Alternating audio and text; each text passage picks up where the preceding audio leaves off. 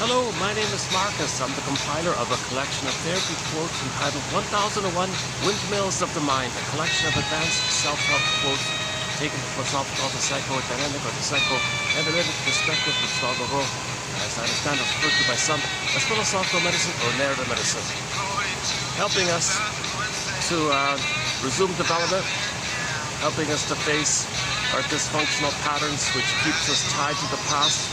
So we need to observe what are these dysfunctional patterns that theoretically maintain a sense of unrealistic loyalty to a traumatic past, hoping to undo the past, save the past, correct the past, get a better past. Because that part of the brain that records the trauma doesn't know time. And when there's trauma, there's no time. So all time is that time. So we recreate in the present some kind of symbolic recreation of the past. For us to know the past, it's a kind of a communication. Repetition compulsion is an attempt at memory and feeling. When we remember and feel somehow, or piece together, construct together, so-called formulate, so-called process, mentalize, assimilate, so-called recognize. There's where meaning comes in. When you can put words to it, that's considered, oh, it's meaning, now I get it. It's meaning when you put words to it. But the memory's in the body, and you have action language, so you're communicating behaviorally without the words. So that's considered unformulated, unmentalized, unprocessed, and we repeat it, waiting for us, the conscious us, to put words to it. Oh my God, thank you. And then the ghost is laid to rest. We live in the past like that. Yesterday, there's a very good quote by James Grosstein, a key author in our collection, James Grosstein. I would highly recommend that quote yesterday, done at the hotel there. I read it a few times. Or just click the last video and read the first quote there. Oh no, sorry, that was a preview quote. That James Grosstein quote is coming up go to 3031, the first one there. It begins with, myths are synthetic constructs with a universal psychological application which help mediate and organize the chaos, the trauma, i.e. the pristine, undashed formation, unquote, the as yet unmentalized aspects of ourselves. They help to organize and construct mythos about this chaos so as to prepare the unmentalized elements, the undashed mentalized elements for symbolic transformation. You want to transform what's unknown, unsymbolized. It's unthought known, it's known, it's in the body, unsymbolized. You want to transform it, the unknownness, to the known. It's thinkable, you reflect on it, it's thinkable, now it's known. It's a little transformation like that. And it goes on like that. Since myths are syncretic, so myths and fairy tales pull from, the storytellers would draw from all sources, and finally, poof, we got a myth, which is a metaphor of our trauma. They have myriads of applications and should not be concretized. So once again, myths are metaphors, myths are symbols, to be a bridgeway for us to help us bridge towards formulating, constructing, knowing what we couldn't know. The myths give you a little space, a little opportunity to space it like that. So you read a fairy tale, you read a myth, and you go, oh my God, I relate to that character. You go on, and then you're free associate. So the character bridged you to the thing. Since myths emerged originally from the oral tradition, they are subject to narrative thematic variations. Consequently, we should not literalize any particular feature of the mythic narrative. Yeah, so anybody, if you see anybody who takes a primary process, so myths and fairy tales are from the trauma of early on, the pre-verbal time. It's pictorial, and not mentation, no time, things can flip-flop, shape-shift, morph, twist, very magical like that. So if there's a story about things matching and turning, and you believe that, oh yeah, that really happened, okay, whoa, okay, you're concretizing. That's a defense against admitting the trauma. Okay, so you're out of the labyrinth. You're not even in the labyrinth at that point. The goal is to get to the labyrinth. The labyrinth means the unconscious. Okay, the labyrinth is the unconscious. Okay, because on the other side of the labyrinth is the princess. Okay, a symbol of your beingness, your embodiment, your home with him. Yeah, finding your home with him. The home is over there, but there's a labyrinth between you feeling empty and your princess, and you want your princess back. You want to be reunited with the princess. Okay, so Theseus married the princess. Odysseus was reunited with Penelope. Okay, so that means, the metaphor means within us, we want to reflect. So the innate drive for healing is Athena. Athena gave us the reflecting shield. It protects you. That's why it's a shield, because it protects you. So Theseus would walk backwards in the labyrinth, okay, because that mother complex is very intense like that. So you need some kind of ability to reflect on, and you want to discern. That's the sword idea. So Theseus would walk backwards. Oh, pardon me. Sorry, I'm mixing it up here. Perseus, a similar psychology, just a different version. Perseus, when he got to the cave, he would walk backwards before facing the Medusa. So the Medusa and the Minotaur, similar idea. Okay, Theseus and Perseus, similar idea.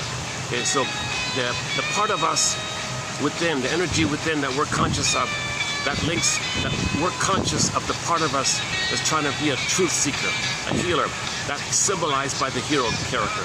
So we're like heroes like that. So we want to support the hero within kind of thing. So the imagery in the myth and fairy tale is that in the Perseus one, he would walk backwards in the cave because Athena, the innate drive for healing. Somehow we got the sense that we got to reflect on this, but we got to observe it at a distance. And the sword is discerning. It's not violence. You're not attacking anything. These are symbolic metaphors to talk about that the sword of discrimination, discerning. Is it this? Is it this? Making little, clear distinctions like that. So you got to identify a lot of distinctions in the healing journey. What's an authentic feeling? What's a sham feeling? What's an authentic need? What's a symbolic need? You got to discern like that. Okay, go on. That's a huge one there. And the reflecting one, so he's walking backwards, he's got the shield, like a mirror, he sees what's behind him through the mirror, gives him a little space, like a little buffer like that, and it now gives him a chance to calm down and see and reflect and discern. Okay, and when he does that,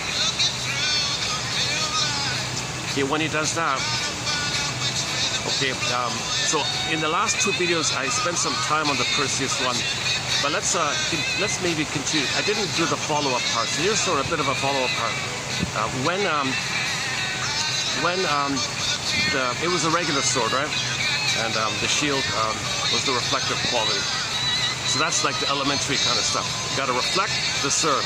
Reflect, discern. So the hero is not violent. He's observing and thinking and discriminating, discerning, reflecting, reflect, discern. When he keeps doing this, and he gets closer and closer to the Medusa. Now remember, the Medusa, that's the mother complex. If this is the memory in your mind, when your mother rejected you, didn't meet your needs, she failed you, she betrayed you, she didn't want you, she hurt you, tried to use you, and you were enraged by it, your rage, your own rage, yeah, that's an oral phase, oral greed kind of rage the baby had, fuses in, okay, with the memory of the mother. Now there's no time, symbiotic, one, no time, put it all together, poof, the imagery is some kind of frightening, gobbling monster. It could be the Minotaur, it could be Medusa, Medea, any kind of, in the Kirikou and the sorceress, it was the Karaba lady. Anything in a myth or fairy tale is gobbling up all the time. Okay, so back to the Minotaur for a sec. Yeah. So the idea was that the Minotaur was, the symbol was, they would throw in all these guys in there, so-called sacrifice. The Minotaur would gobble up. The Minotaur is in the labyrinth. And when the image means when you feel something scoops it away. The earth opens up, its core gets pulled down. When you feel, it's gobbled up. Feel, gobbled. See, the mother said, don't feel, don't need. It's all about me. I have the needs. I'm entitled. I'm center stage. I can't love. I can't accept your needs. I can't accept your feelings, because feelings are an expression of unmet needs. She can't meet the needs. So the child, it's kind of gobbled up like that. So the feelings being gobbled up, the beingness, the pureness of the person gets gobbled up. So the wicked queen in Snow White wants to eat the heart. Any kind of gobbling, cannibalistic gobbling kind of character in the myth of fairy tale represents the symbolic fairy tale myth, symbolic representation that the mother couldn't allow the baby's feelings and needs. And then this gobbling up phenomena took place. That's all it means. Okay, so back to Perseus for a minute. So Perseus, okay, so he's kind of reaching the primal encounter, the primal issue, the object of challenge, Grazi call it, the primal core thing. By the way, before you get to the cave with Medusa or the Minotaur in the center of the labyrinth, you know, there are prior things to do in advance. You gotta, okay, so those are like, you got like mini labyrinths within the labyrinth, and you gotta go through those mini labyrinths to get to the core thing in the middle. So we talked about that yesterday. So like resolving oppositional thinking. Okay, you can't heal if you maintain jungleism thinking. You got to resolve adversarial thinking, oppositional thinking. You can't always think like how the baby thinks. He's a goner with the mother, wild, dangerous jungle. Mother's a monster. Baby's going to be eaten. He thinks in these kind of survival mentality. As an adult, you got to face, update this. No, we're not in the nursery. We're not in danger anymore. Mother's not going to eat us. Mother's not a monster. But we created some kind of coping strategy to think that way, to project and not admit that we're so enraged because we can't handle too much anger. So we think the mother's like that. And we do psychic splitting, goddess and demon. So that the baby manages it with the rabbits, with the spirit of the trickster, the rabbit. He kind of does these things. But it's dysfunctional to maintain that attitude all your life. The baby coped with the trauma in the nursery with the mother, and then to maintain your whole life with that set, frozen experience with the misattuned mother, the impaired mother, the emotionally unavailable mother, the absent mother, mother who felt entitled to use the baby, mother made the baby so she could find herself. Whatever old cunning tale is going on, the baby had to cope with it. And it's dysfunctional to see the world through that primal experience with the traumatized mother in the nursery time. It's dysfunctional. Like dysfunction means you're still applying the coping strategies and the beliefs that you set in, imprinted in, seared in back in the nursery time. You're living like that. So you're not enjoying the present. You filter everything in the present.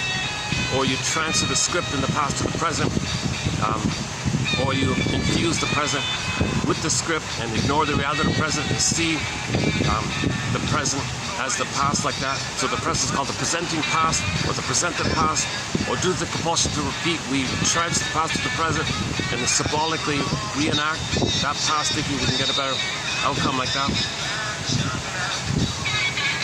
I want to comment on this song here, yeah.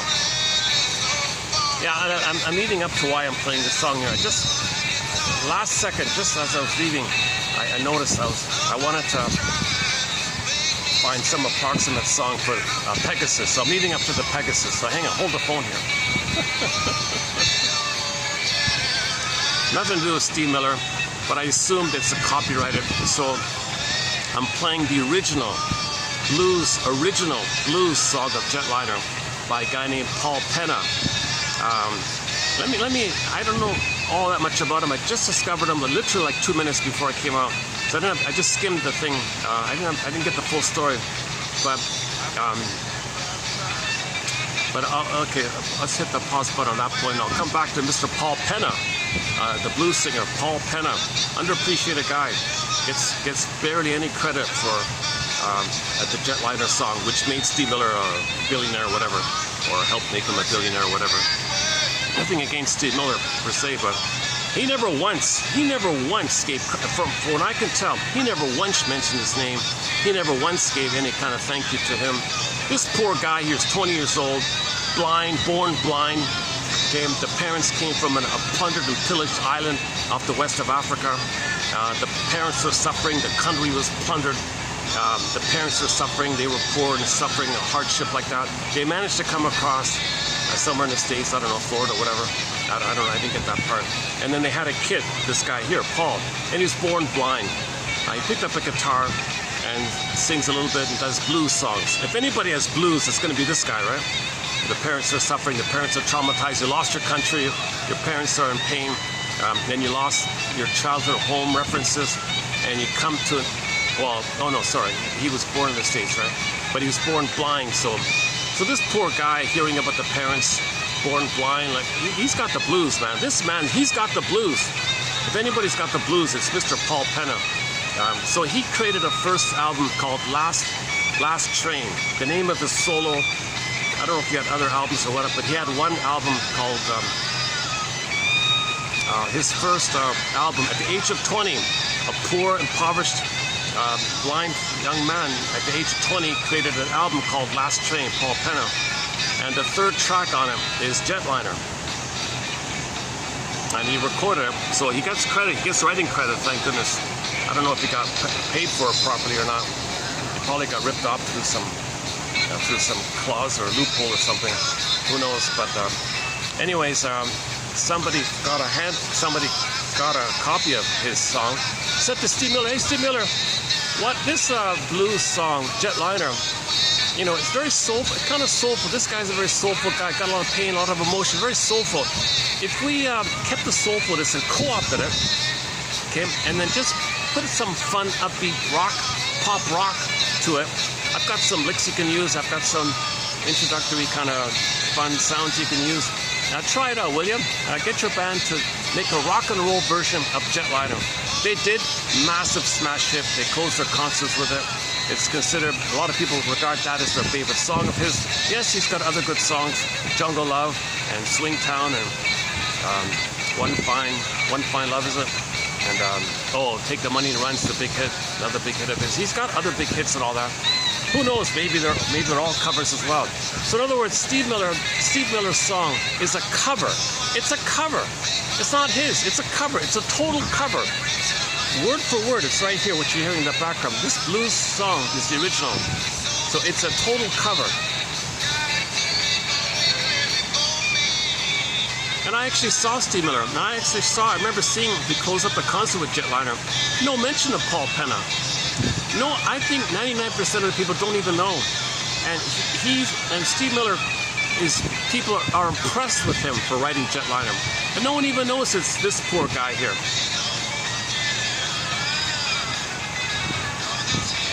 Pretty good, right? It's a pretty good blues song, actually. I don't know how well you're hearing it. If you're not hearing it too well, look up Paul Penna, Jetliner, or the Last Train album, the third track, I think. I'm assuming this will get through on the copyright issue. I'm confident if I play the original, it'll be blotted out. So I have a hunch this will get through.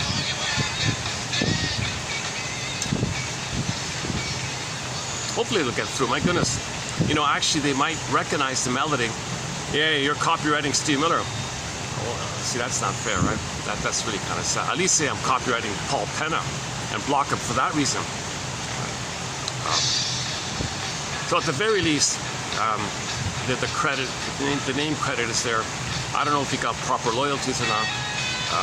Died at a young age, unfortunately, poor guy. So let's say a little shout out to Paul Penna here. I never heard of him. The reason I by chance found it is because of the Pegasus image. Oh, Pegasus! Didn't Steve Miller use that on the front cover of one of his albums? That's sort of his logo, the Pegasus one. Okay, the winged horse, right? The horse with the wings that can fly. That's a powerful image. It's a symbol of your freed up. How you can express what's unique about you. That's considered creative. So Pegasus is a symbol for your freed creativity. Your freed creativity is a natural expression of your living, your natural living, of your authentic self. So when you get back your authentic self, after you resolve the mother complex, okay, after Perseus resolved the mother complex, okay, so he went backwards in the cave to face the mother complex, to face how his mother failed him. Mother failed me. Mother betrayed me. She used me. And I'm enraged by it. That's the mother complex. And he was loyal to her, even maybe acted like her. And he's got to and he may even think he became her. So in one version, in the bully pattern, if somebody's the bully pattern, and they see the Minotaur, or that's me like that. Oh my God, how do you unblend from that? That's a real lot of work like that. So you got to recognize this betrayal by the mother. This betrayal, huge betrayal. We're not saying. You see, she was betrayed herself. So in the healing journey, you got to get your mother's story. Your mother was betrayed, so she betrays the child because she was betrayed and she doesn't know it. And when you don't know something, you repeat it. So that's why the mother betrays the child, because she doesn't remember, she doesn't feel, she doesn't know that she was betrayed. Once again, the system seeks knowledge. So we repeat in action language. So her action language is to betray the trauma. And nobody put words to it. Nobody said to the woman, "Hey, why are you traumatizing your baby here? Does that mean you were traumatized? Maybe you're trying to know that you were traumatized. Where did you learn this behavior? It seems strange that you would hurt your baby. You know, babies are human beings. Babies have needs and feelings. Oh my God, I think you're right. Oh my God, no one ever told me that. I didn't know babies have feelings and needs. Oh my God, why didn't I? That's an obvious kind of thing like that. Babies are human beings. Of course they're human beings. Holy, you know what? So no one paused like that. So she just blindly repeated it. So it was never symbolized. It was never formulated. It was never known. Never quote unquote processed, assimilated, metabolized, formulated, put into language, put into symbolic form. Then it's meaning. So when it's meaning, some people say you got to put a word to something. Then it's meaning. Then meaning, understanding. Oh, okay. You got to have the meaning. The meaning is there. The meaning is facilitated by the words. So you have the word. Oh, okay, now it's mentalized. It's in your mind. I can think of. There's a word I can think of. That kind of thing. So you don't want it in your body. If the memory's in the body, okay, the body remembers. The body keeps the score. Every body tells a story. Every body, 2 words. Every body tells a story. Okay, now the body's going to tell the story. It's going to be like a puppet master. It's powerful like that. It drives you like that. It's going to recreate, okay, what happened to communicate to your conscious. Hey, conscious, interpret what I'm doing here. Make the inference. I don't have words, but I'm doing my best. I'm doing my part to communicate to you. Come on, hero. Come on, conscious. Put words to this. Make inferences. Look for the pattern. Look for the repetition. Be a detective. Be a psychological detective. Reflect on it. Here's the shield. Athena gave you the shield. Use the shield. Use the shield. Come on, conscious person. And Athena gave you the sword of discernment, the sword of discrimination. Reflect, discern, reflect, think, wonder, ask questions, wonder. Come on. So your unconscious is saying, come on to the conscious like that. And if our conscious equals to damage, it repeats again.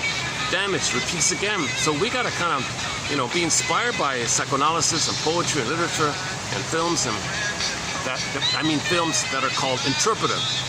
Films that are helpful in the terms of making you conscious. Most of it's the opposite.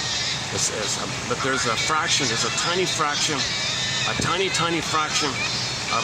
material in culture that can make you think a little bit. The Twilight Zone recently is a bit like that. The Twilight Zone. Look okay here? Yeah, because it's so hot here, people are all indoors. I've got the fan, so unfortunately there's probably extra noises from the fan.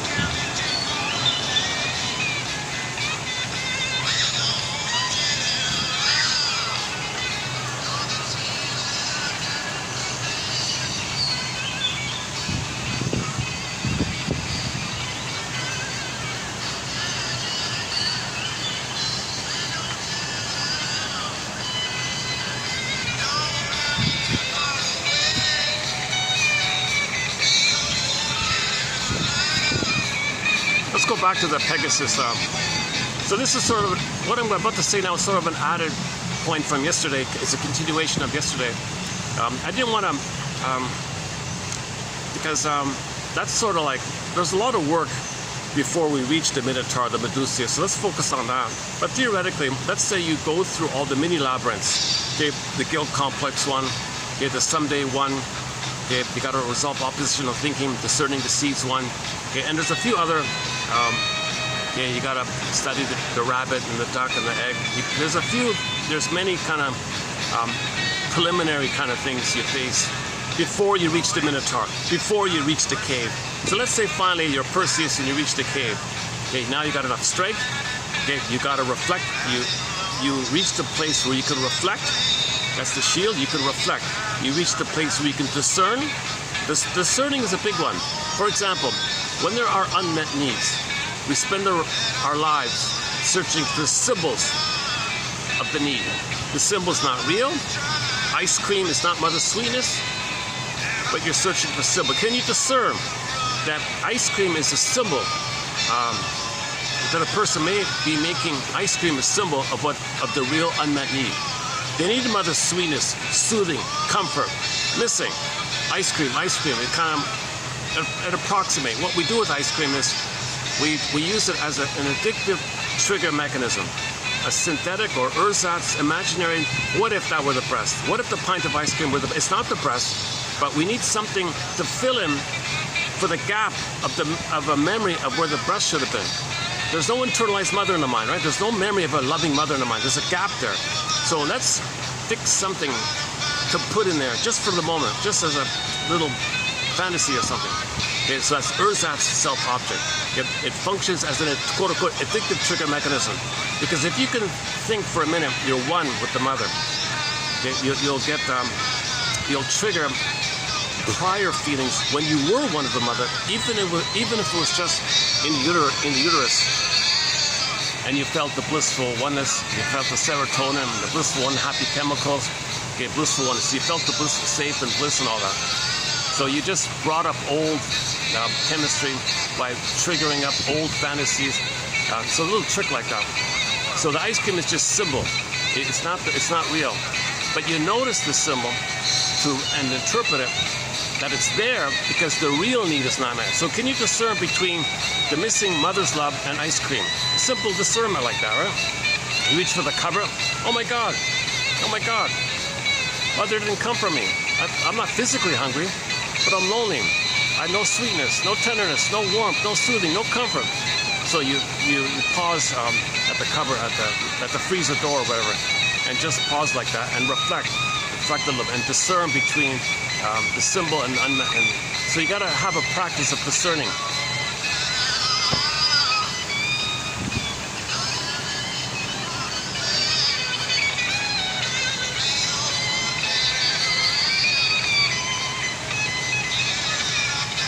You got to discern between feelings from the real self, okay, versus feelings when you don't get your defensive needs met. Okay, so this symbolic acting out is called defensive needs or neurotic pride. It's not authentic pride from your beingness. There's no esteem. So you got neurotic pride as a fake pride or something called neurotic pride or defensive pride. So can you discern between the missing esteem, the beingness, good feeling, versus, for example, if you have your beingness, that's the serene, inexhaustible fullness of being symbolized by the blue jay. The blue jay. Can you discern between the blue jay, a symbol of a pleasant feeling from your beingness, versus blowing off steam? It felt better because it felt less tension. Is that pleasure? Is Schadenfreude? Can you discern between Schadenfreude and Freudenfreude? Freudenfreude is pleasure.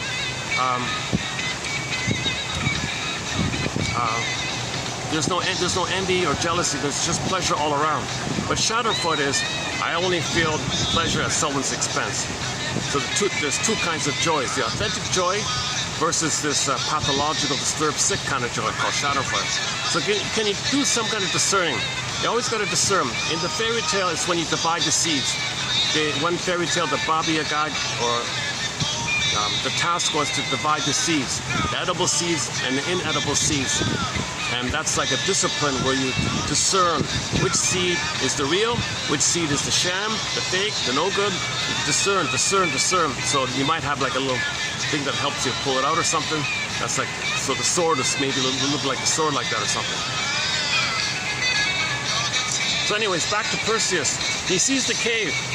So Perseus faced the unconscious guilt. He's not guilty. He's not guilty. He did nothing wrong being born. He thought that to get along with the mother. He's not defective. He's not guilty. So in the guilt complex, that's a key one, because in the guilt complex, he wasn't born guilty. He wasn't born having done anything wrong. He was born to be loved and all that. But after the trauma, what does he do with the pain? He thinks he's defective because mother's rejecting him, mother's using him, mother's stingifying him. He's not a human. Something wrong with me? Why don't you respect me as a human being, mother? Oh my God, am I so defective or something? Shame. That means I did something wrong. If I am wrong, guilt.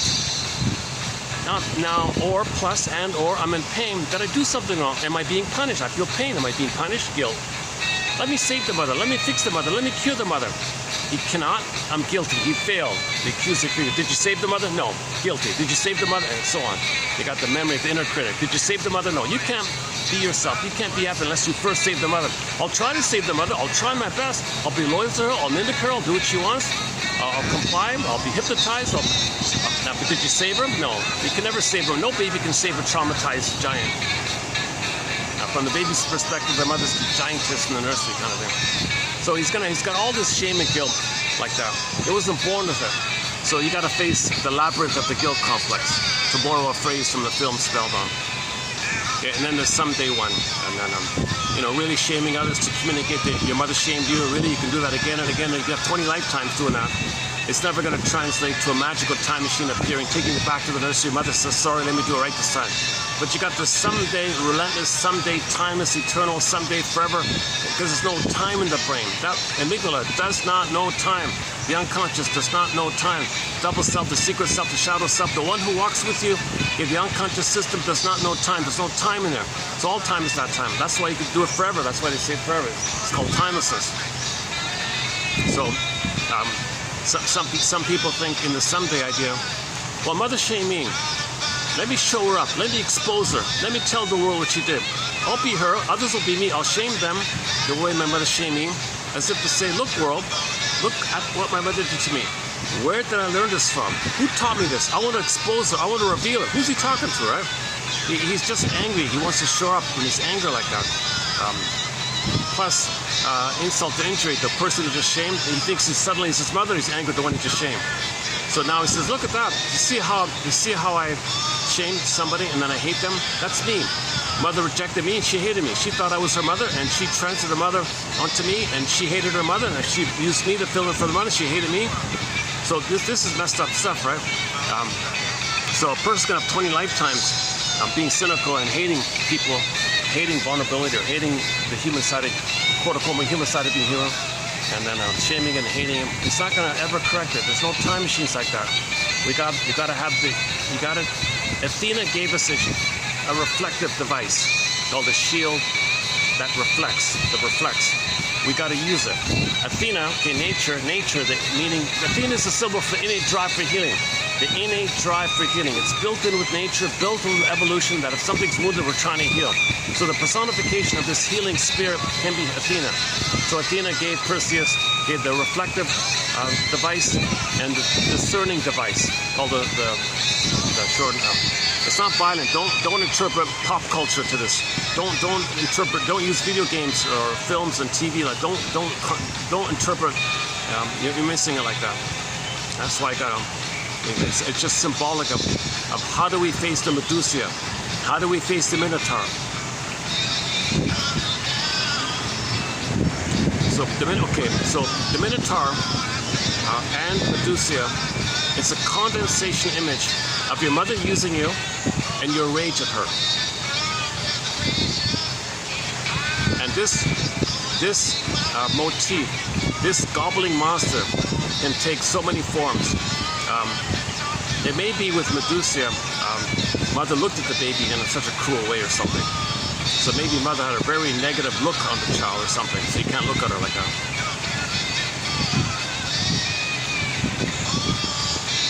The Minotaur is just the disturbance of the Minotaur. Grazi calls it the Minotaur personality, or simply the bully pattern. The confusing thing about the Minotaur or the bully pattern, if you know someone who's a bully, just charging all the time. It's funny. I just had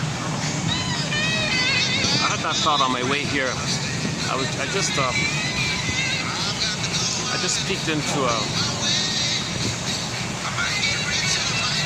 I was just at the doorway to a place, and a family was just coming out, and a little kid was standing just at the entrance there where the doors were open, and the kid, it's as if the kid, I don't know what he was saying, but the kid paused there for a minute, just for a few seconds, and the parents were saying, oh, come on, let's go, keep on going, but the kid just stood there like that.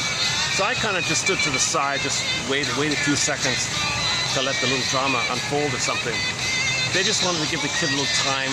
You can see the idea, we're going to leave the building. Yes, it's hot outside. Yes, it's cold. Yes, it's nicer inside. Let's go on. Like, it's kind of cool in here. I got a feeling it's too noisy and too hot out there. Can I just stay in here? Well, so they were kind of negotiating with the kid like that. I'm talking just a few seconds, So I just arrived when that started, so I stepped to the side like that.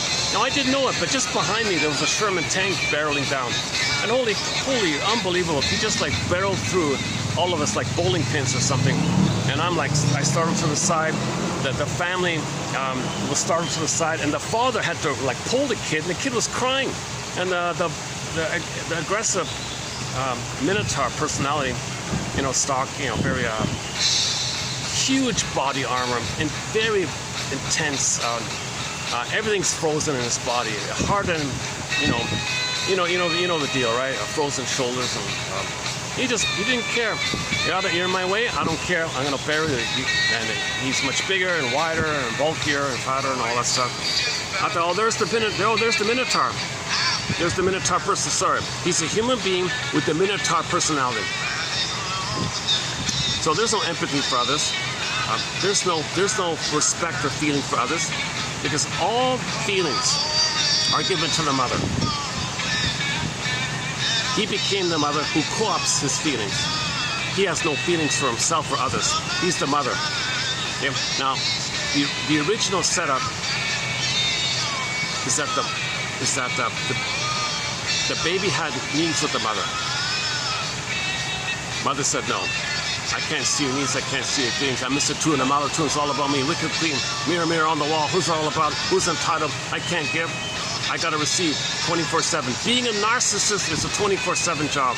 I got entitled. Solipsistic, all about me. I'm the Minotaur. I don't care about others. Just a little solipsistic bubble. So the mother's kind of like a Minotaur like that. And the child, mother, you didn't meet my needs. Now I'm angry. I don't care about your anger. So what does the baby do with all that pain? If the only way the baby can cope in this situation is to beat her. Now, if he's going to beat her, he's carrying a lot of anger inside him. Directed at her, directed at himself, but he's going to beat her. So the mother co-opts the baby's anger and uses it for the mother's agenda. Now the baby becomes the mother. Now his own anger is in service of the mother. So he's going to be very angry with the situation. Okay, so he can't have any self-voice or self-expression or self-assertion. There's no self anymore. There's no feelings or needs for the self. He's only the mother. This is a perversion called the Faustian deal, the Faustian bargain, the Faustian bargain, the Faust complex, the Faustian complex, called identification with the aggressor. It's the coping strategies babies adopt to minimize the pain. They gotta have some identity. If they make something happen, babies think they're kings and gods, mother's hurting him, he's her, so he hurts himself, he thinks he's important. So the Minotaur person, I'm important. I'm a king and a god, I'm important. Okay, so the baby didn't get enough love to get out of that phase. He's still in that primal phase in the beginning where all babies think they're the universe, center of the universe, all about them, center stage, little bubble like that. So he's for the baby to salvage some crumb. Let's put a pause on the song here. It's an okay song. I just found it, yeah. I'll play it later. Well, remind me to get to that song, Paul Penna. Oh, that's better, yeah. A little bit noisier. He was just starting out. That was his first album. I don't know what happened to him afterwards. I'll look into it later. I saw in the comments section, the first comment was, oh, I prefer this to the pop hit, to the rock version. I prefer this blues one, someone said.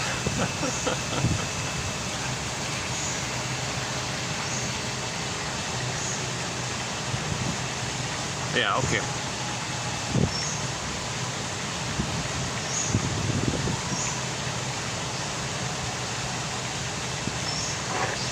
Yeah, the coffee's weaker here, but I still feel a little, maybe the topic's making me excited. Or maybe something freed up in me or something. Maybe there's a little, maybe I feel some energy release by facing this difficult topic for the past couple of days. I noticed the past couple of days I've been a little more animated. I thought it was the caffeine, but today's it's a little bit watered. It's weaker here, this coffee. Okay, enough about the coffee, my goodness. There's some really, I gotta say, there's some excellent local coffees sort of in this kind of district here. I take the SkyTrain to come here, and I found three locally brewed coffees that are really outstanding, really excellent. Costs a fortune to buy them. Costs a fortune to buy it, but very pricey. Just like a mini little thing. It's like, but man, oh man, it's pretty good. Yeah. This is just the basic stuff here.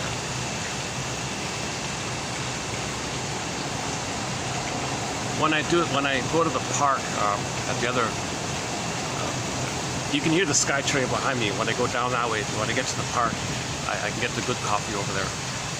Why am I telling you about the coffee? Oh my God. Maybe because I stopped the music.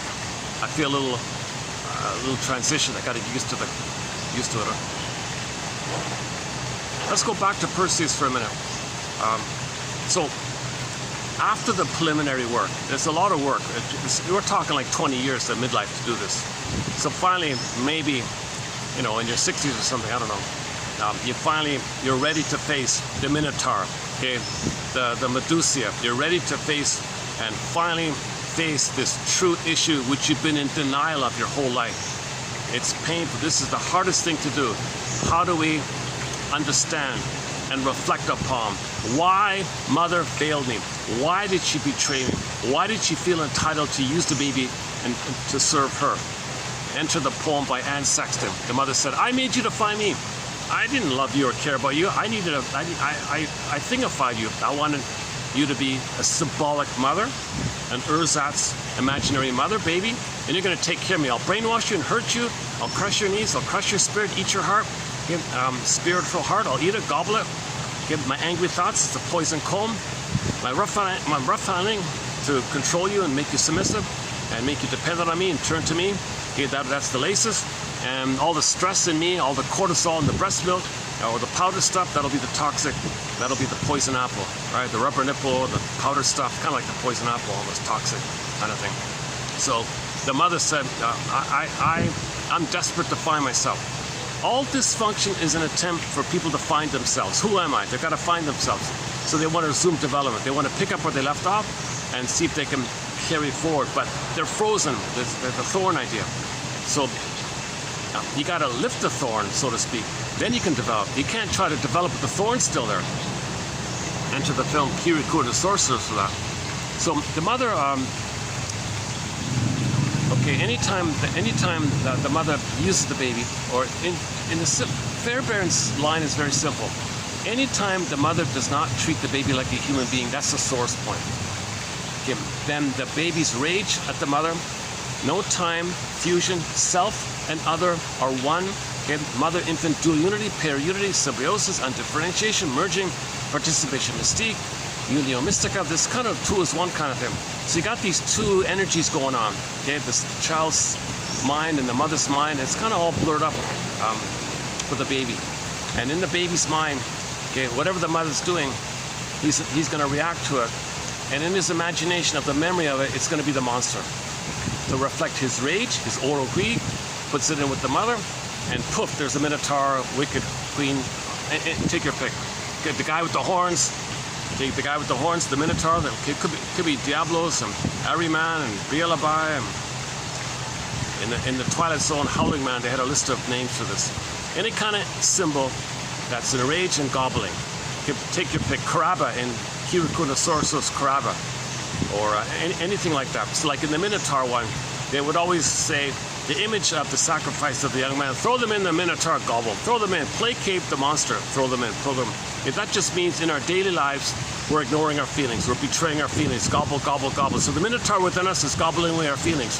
We try to feel, gobble away, try to feel, gobble away. So the Minotaur is within us like that. It's in our unconscious. So at the center of the unconscious, the labyrinth is the unconscious. At the center of the main labyrinth, you got the Minotaur. Now we've got to face this Minotaur. We've got to face this Medusa one. The Medusa one seems to be the added element with the Medusa, or the variation is the focus might be a little bit more on the mother's hateful look. The mother's hateful look. Maybe the focus is on that. Okay, so anyways, back to Perseus. He finally gets to the cave. He's got the shield, the spirit of reflect. The hero means he's going to reflect, so that's why he's got the reflecting thing, the shield as a reflector. The shield reflects. He looks at the shield, you can see what's behind him. He's got the discerning quality. It's not violence. There's no violence. If you applied savage violence, you missed it. It's a different. You can't solve a problem with the same level of thinking that caused it. You can't apply the old survival jungleism to healing your soul. You can't fight with something inside you. It's not like that. That the quote-unquote fighting means facing, understanding, trying to understand. Do we call that fighting? Well, confronting. So that's a very confusing word for confronting. Confronting means just kind of facing, understanding.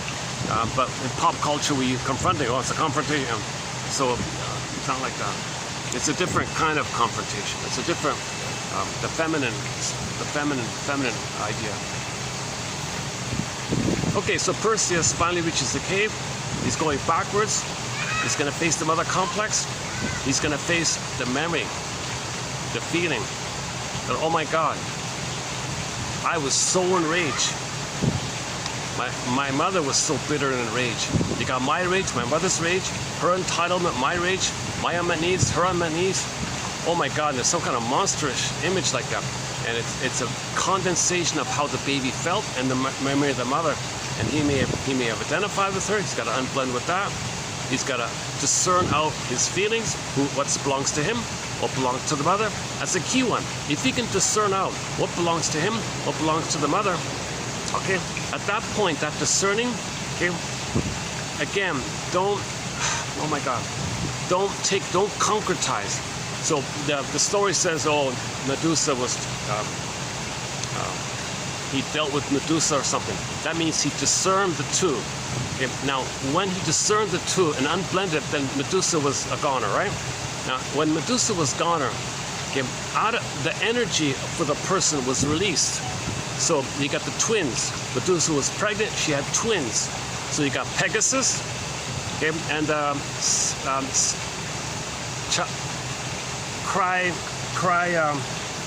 Cryoa or something. C-H-R-Y OEA or something. Cryoia or something. Cryoia, I forgot. So when we face the mother complex, yep, and identify the mother complex, reflect on it, discern it, and parse it out, mourn it. There'll be a mourning there. There'll be a grieving there. And you can end the mother complex. The Minotaur and the Medusa is a symbol of the mother complex. When you end the mother complex, so Medusa was, you know, removed, taken away or something. Okay.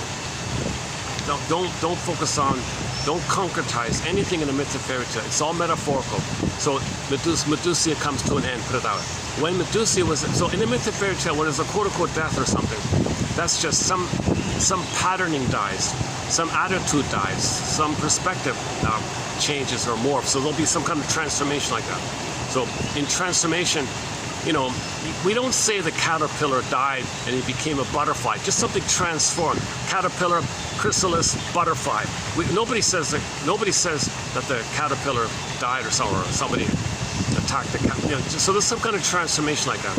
So the Pegasus is kind of like the butterfly. Put it that way. The Pegasus is like the butterfly, and the whole labyrinth is like the cocoon. And there's a process of us going in, us processing, that process, that's cocoon stuff. So midlife is considered like a cocoon kind of work. Some people call it cocoon work or something. So finally the caterpillar becomes the butterfly at some point. So there's a transformation. That transformation is symbolized by the ending of the life of the caterpillar. And then you got the Pegasus, the butterfly, the winged horse. So you got the horse and the wings, you can fly. If that's associated with now you're free, now you're yourself. When you say bye-bye, mother, you didn't love me, I'll mourn the loss of it, but I'm not gonna try to fix you anymore. Isn't it bittersweet that I spent so much time trying to fix you? I'm sorry, no sorry, I couldn't. We gotta say to ourselves, I'm sad that I didn't know this. I'm sad I didn't know anything about this. And we're not meant to be our mothers. We're meant to be ourselves. Life's longing for itself. So when we get that kind of place, when we have our identity, our beingness, from the beingness, people describe the individuation, the psychological birth, beingness, the body. People describe it is that now you can be creative. Okay, now you can be creative living. Whatever you want to call it. You're coming home to yourself. You're at home. You're creative. And the creative side of it, the creative side of your beingness is the Pegasus, okay, the horse. So the horse is embodied, they can fly, it's your soul, it's your beingness, and your soul is free to express. So the Pegasus was the horse for the muses. Remember the muses? Their horse was Pegasus, okay, the creative spirit like that. So they would use Pegasus as the creative spirit like that. Okay, now Pegasus had, that's like the soul part. How do you protect it? Remember the sword? Okay, now you got another guy with a golden sword. Now you got more energy and more of a energy to discern. So the regular sword becomes the golden sword. So Cry, what's his name again? Cry Soya or something. How do you pronounce it? Cry, C-H-R-Y. I'll look it up later. You'll find it. Just look up Pegasus' twin brother. Who was Pegasus' twin brother? They're twins, right? They're twins. Who was the twin? Cry something. So this guy, this fellow, this god, whatever, this fellow, okay, this character, sorry, just this character, he has a golden sword. So now they're together. Okay, you got your active mind where you can protect yourself with your discerning ability. Okay, you got more of an ability to one person says, yeah, I can set boundaries, I can discern what's mine, what's yours, so you're discerning the boundary idea. You can say no if it betrays you. Now the Minotaur, it's perverted. That's not being the Minotaur. The Minotaur is against people. You're not against anybody. You just say no. You're just saying no, thank you to something. The Minotaur says, "I don't get out of my way. I don't care, but I'll stomp on you." The Minotaur is not. It's not the Minotaur. People are confused about the Minotaur. People admire the bully. People admire the He-Man or things like that. There's such a confusion like that.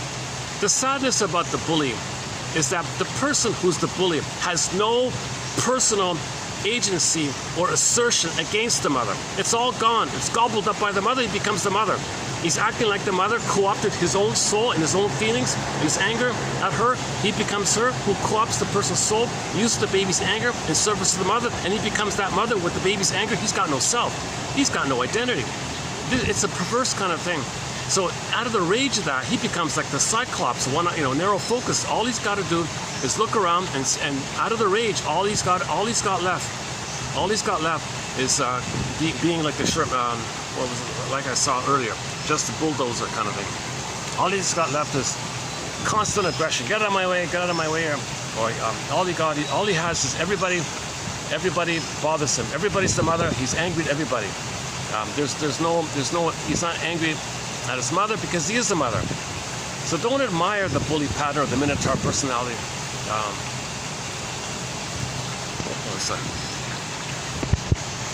I got some people wanting to check out swans here. Maybe I'll give these people some space here. And, let me just take a short walk, give these people some space here, and we'll come back.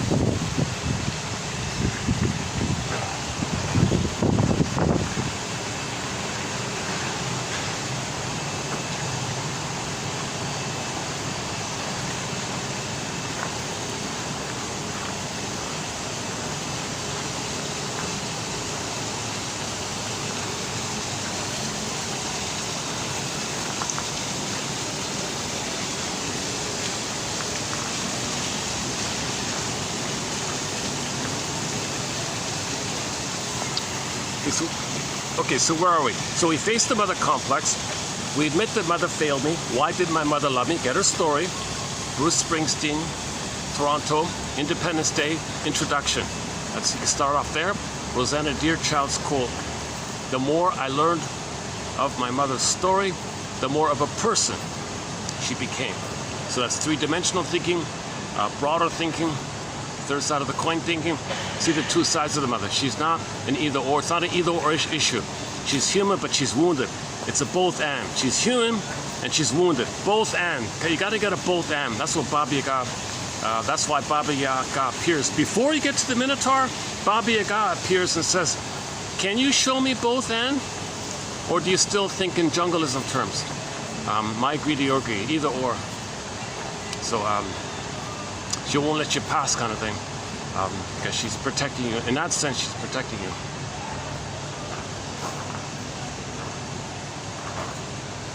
In some versions, if you get the answer wrong, Baba Yaga gobbles you up. So in that sense, suddenly Baba Yaga, poof, plays the role of the gobbling thing. But generally speaking, Baba Yaga is considered a broader, a more inclusive kind of character. Okay, let's go back to the fan. Yeah, okay, so the twins came on the scene. So when the ending comes to Medusa, the Minotaur, okay, So the Minotaur, you can just kind of go forward, let's say. I mean, it's more visual, right? With the ending of Medusa, it continues. The expression of having left the mother, come home to yourself. Now you're creative. The creative side of your beingness is the Pegasus. Pegasus is often a main expression of your authentic self, being creative like that. We don't mean like we don't mean necessarily neurotics using art as a defense. Some artists will use art against healing as a defense mechanism. So can you discern, is your art a defense, or is your art you being in the labyrinth, identifying the labyrinth? Can you identify that? And Mr. Picasso apparently was quoted about, he was trying to show pictures of the labyrinth. So he would draw various versions of the Minotaur, or things like that. He was a little confused about it. I think Mr. Masterson says a lot of these artists were confused about it. So in the final chapter of one of Masterson's books, he runs through the profile of 3 famous artists. Was it Thomas Mann or something? Sackler or something? Who's the other one? And the third one, I forgot. And he kind of says they tried kind of thing, but they always missed something. And all those characters are very tied to a woman. Yeah, that was one of the points. People like Mann and all that, they were heavily dependent on a woman all the time. They never were themselves like that. They couldn't. Oh, all right. There's Pegasus. Huh? So imagine a swan. See, it's more powerful with the horse, right? The horse is embodied. It's got power. It's got energy, vitality. It can fly. So that's the horse is your beingness, your embodiment. The horse is your embodiment. You know, now you're embodied. And in your embodiment, you're unique. The expression of uniqueness means your embodiment. You can express it. That's the winged idea. And then the muses idea come from the muses function because they have the horse belonging to the muses is Pegasus. So a lot of people use the Pegasus image because it's a symbol for creativity, creative expression like that, meaning an authentic creative expression, not a defensive thing. You know, maybe musicians have that knack to make songs, but it could be defensive. It doesn't mean they're expressing their real self. A lot of musicians are alcoholics and drinking, and pills and things. That's not it. They're missing it. Oh, they're wealthy. They're very allured. It's very alluring. The sirens and all that.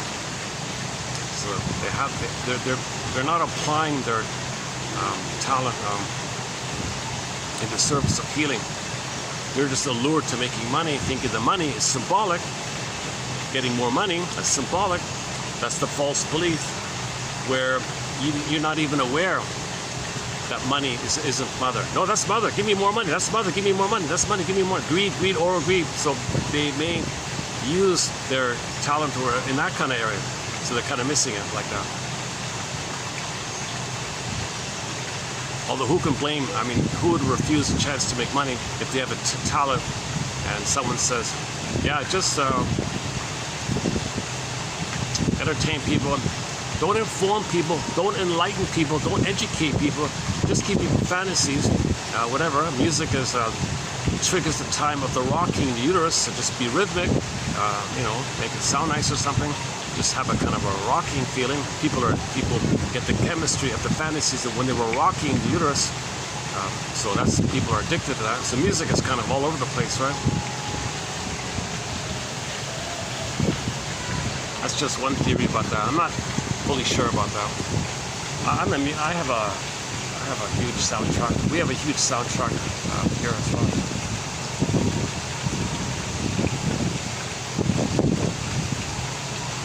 Okay, let's do that bit about the Pegasus. So the moment I saw Pegasus, yeah, okay, I remember the Steve Miller album cover, the Greatest Hits front cover, Book of Dreams, the front cover.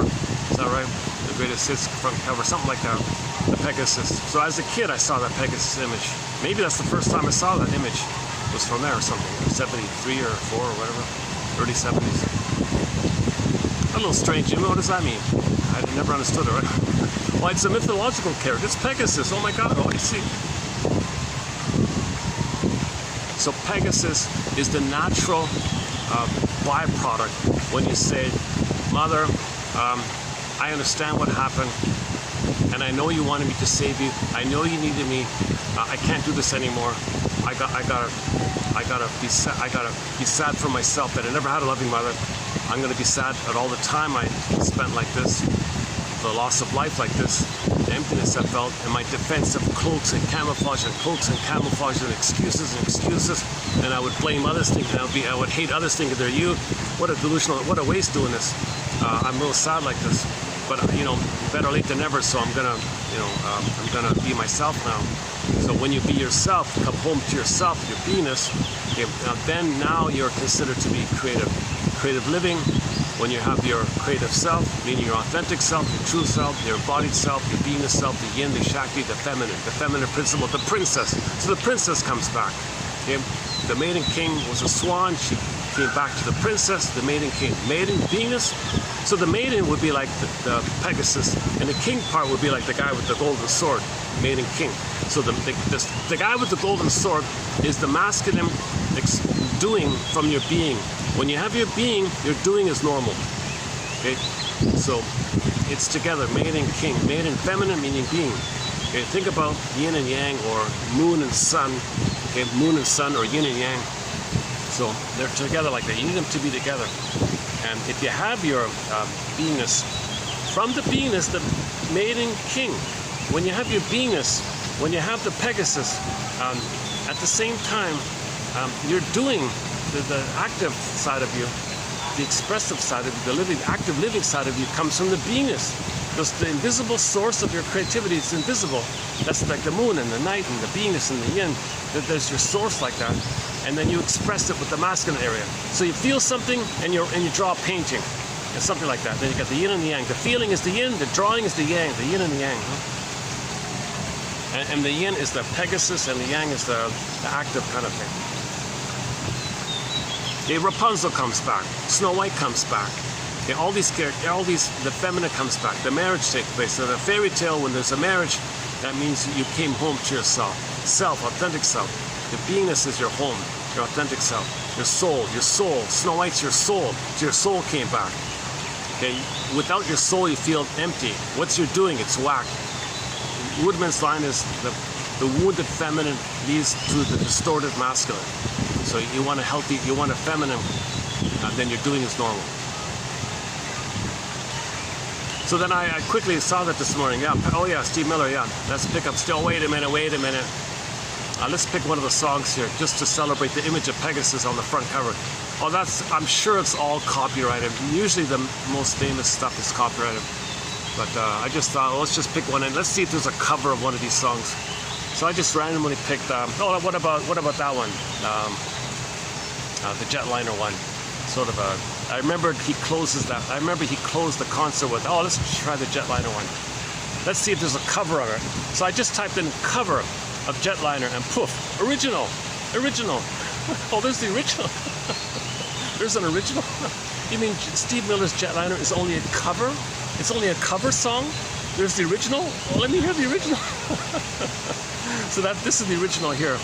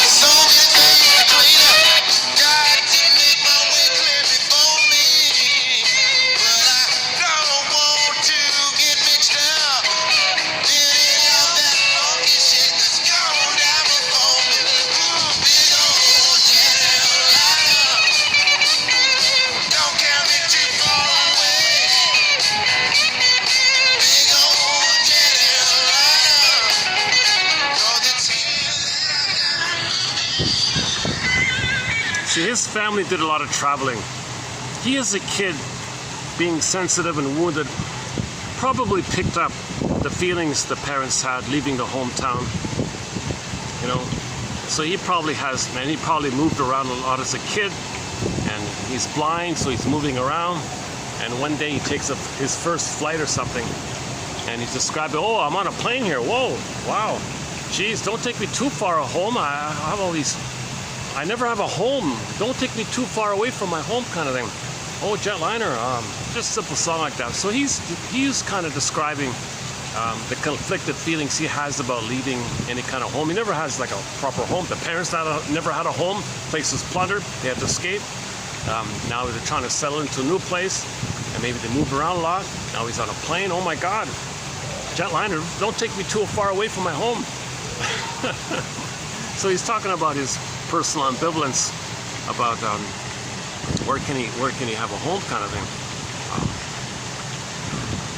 Maybe the idea of flying. Maybe he wrote a song. Maybe unconsciously he wrote a song about the fear of flying or something.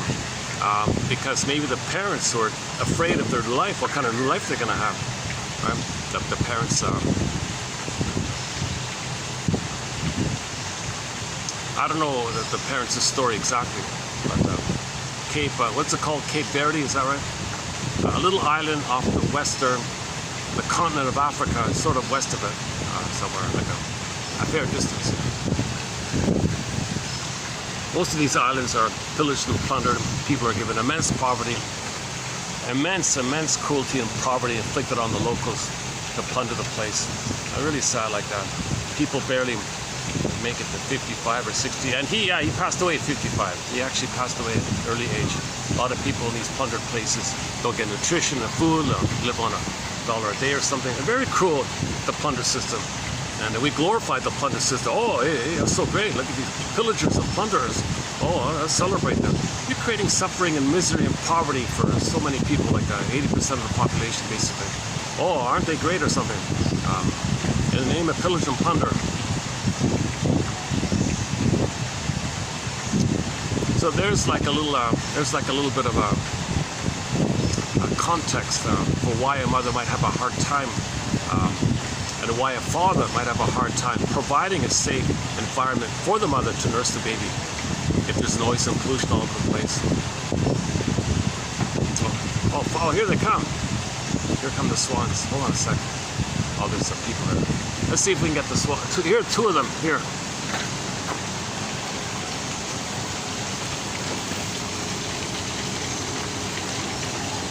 Hey, buddy.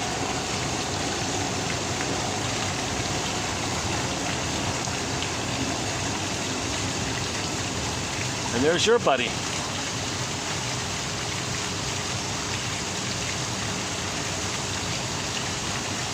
They're probably saying, come on, are you going to give us some bread or what? What's the deal here? Is there any food here? You remind me of the guy who gives us food. Aren't you going to give us food? What's going on here? Are you not him?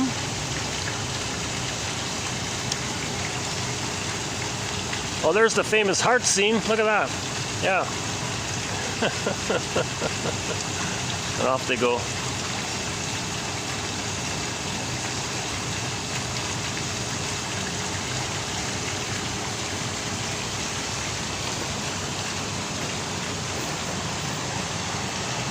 Oh, they're packed in there. Oh my God, that's good. I'm the only one on the outdoor section. Well, without the fan, I couldn't do this video out here. Oh, they're back.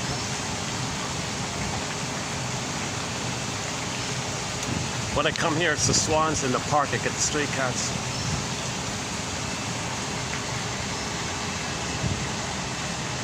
Yeah, so I was just thinking maybe he picked up some kind of fear of flying. Maybe for the parents had a fear of flying. Maybe the mother was scared. And he picks up some of these memories in himself. I'm scared of this stuff, fear of flying. Don't take me too far away. Where am I going here? Oh, jetliner, don't take me too far away. Now, Mr. Steve Miller has no fear of flying, wealthy family, a lot of money.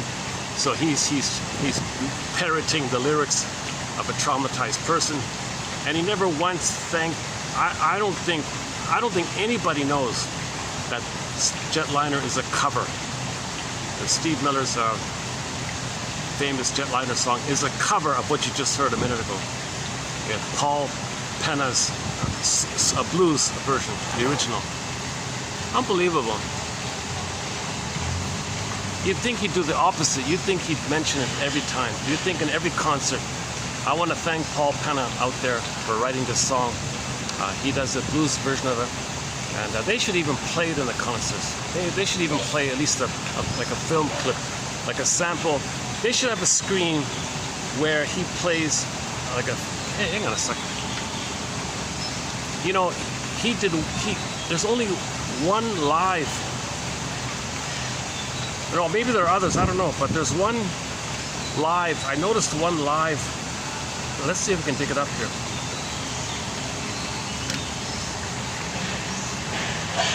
Maybe 20 years ago on a talk show or something. He was a musical guest for a talk show, and he performed it live. So I noticed it. I didn't finish the whole thing. Let's see if we can dig it up here. Hold on a sec. So what I'm saying is I think Steve Miller should have a screen. Everybody look at that screen for a minute. What do you see there? And show Paul Penna playing the blues Jetliner. He wrote that song. That's his song. That's his soul out there. In tribute to him, in honor to him, I have a cover of it. I'm going to now play the cover. Thank you, Paul Penna. A round of applause for Paul Penna. That would have been the honorable thing to do. He never, no mention of it. And then he can play his version after that, you know, kind of thing. So here's Paul Penna's performance. Now remember, he's blind, right? So let's see if I can find it here. Hold a second.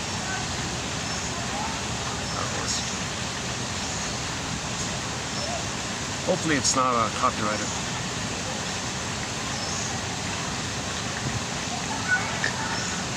Just give me a minute to find it here. Oh, the ads. Yeah, give me a minute for the ads to skip. Oh my God. And a very cool musical guest, Paul Penna, gonna be here.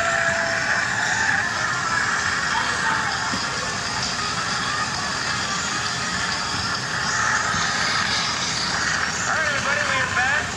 The next guest has enjoyed a fascinating career touching on musical styles as varied as flamenco, the blues, and Cuban throat singing. He also wrote one of the biggest pop hits in the 70s, which he's going to perform for us right now. Please welcome Paul Penna. Penna.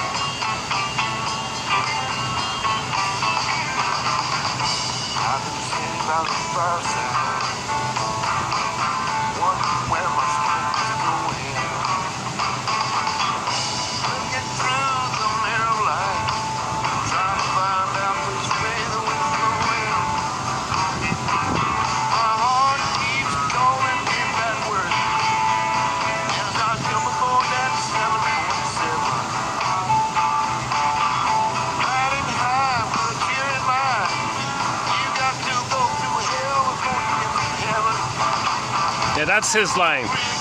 Yeah, you gotta go through hell in order to get to heaven. You gotta face the Minotaur to get to Pegasus.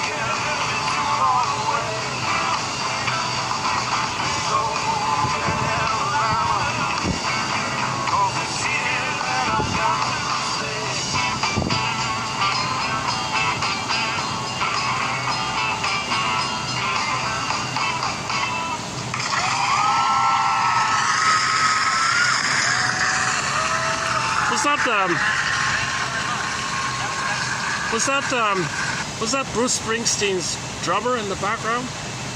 I'm not sure. Look a bit like him. Oh my God, Bruce Springsteen should have included him.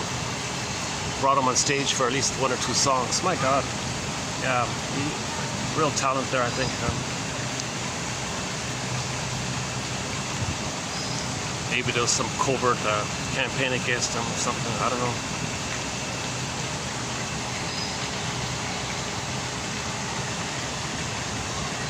Maybe he said something. Maybe he said one little thing. And that's it, you know. One basketball player said one little thing. Oof, they were going to kick him out of the, you know, the whole thing. They terrorized the guy, made his life miserable. He said just one little humanitarian kind of thing. You didn't like fill in the blank. Woof, phone call, ring, ring, ring. You can't say that. No, you can't say that. We'll kick you out. We'll destroy your career. We'll embarrass you. We'll have a negative campaign. We'll smear campaign. We'll destroy you. We'll crush you. You cannot say. Oh my God, what's wrong with you?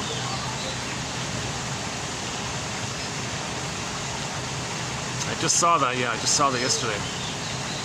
He finally said, I can't keep this in all the time. That was like a long time ago. I can't keep this in all the time. Don't destroy my career while I'm retired. Go ahead, destroy it. I'm sorry. You know, it's funny. At the end of life, people have been bottling the truth for so long. Finally, they don't care anymore. They say it kind of. So that's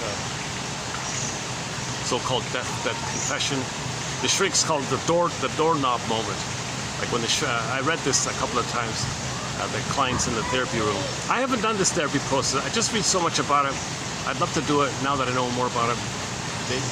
He'd have the session, and maybe he was afraid to say something.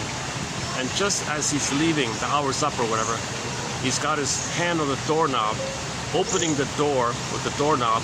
The door's open. Okay, see you, shrinker man. See you next week or whatever it is. And he's just about to step out. He pauses and says the thing he really wanted to say. The doorknob, the doorknob moment.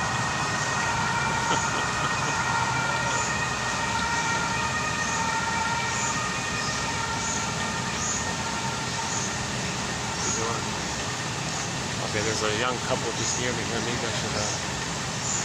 I don't want to block anyone's. The swans are at the other end, so that's okay, right? Yeah, they're way down there.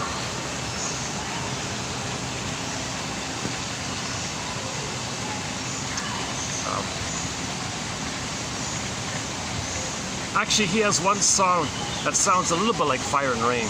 I just listened to the first song off the album, but it's not a copy. It's just maybe a coincidence or something. And a very cool musical guest.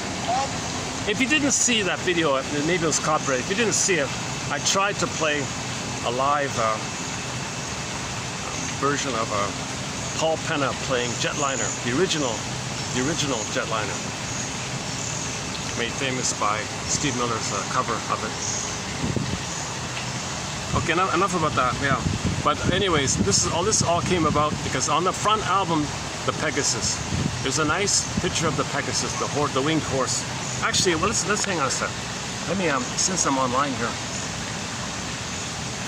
So coming up in the pipeline, I don't have the full set here, but it's in the coming up. Let me do a preview of some quotes that are currently in the pipeline. Hold on a sec. Let's see if I can dig it up here.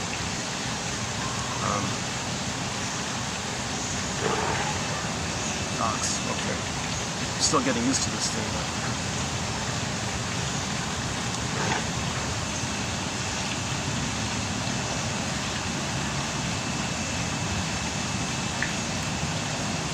Oh, look at that, eh?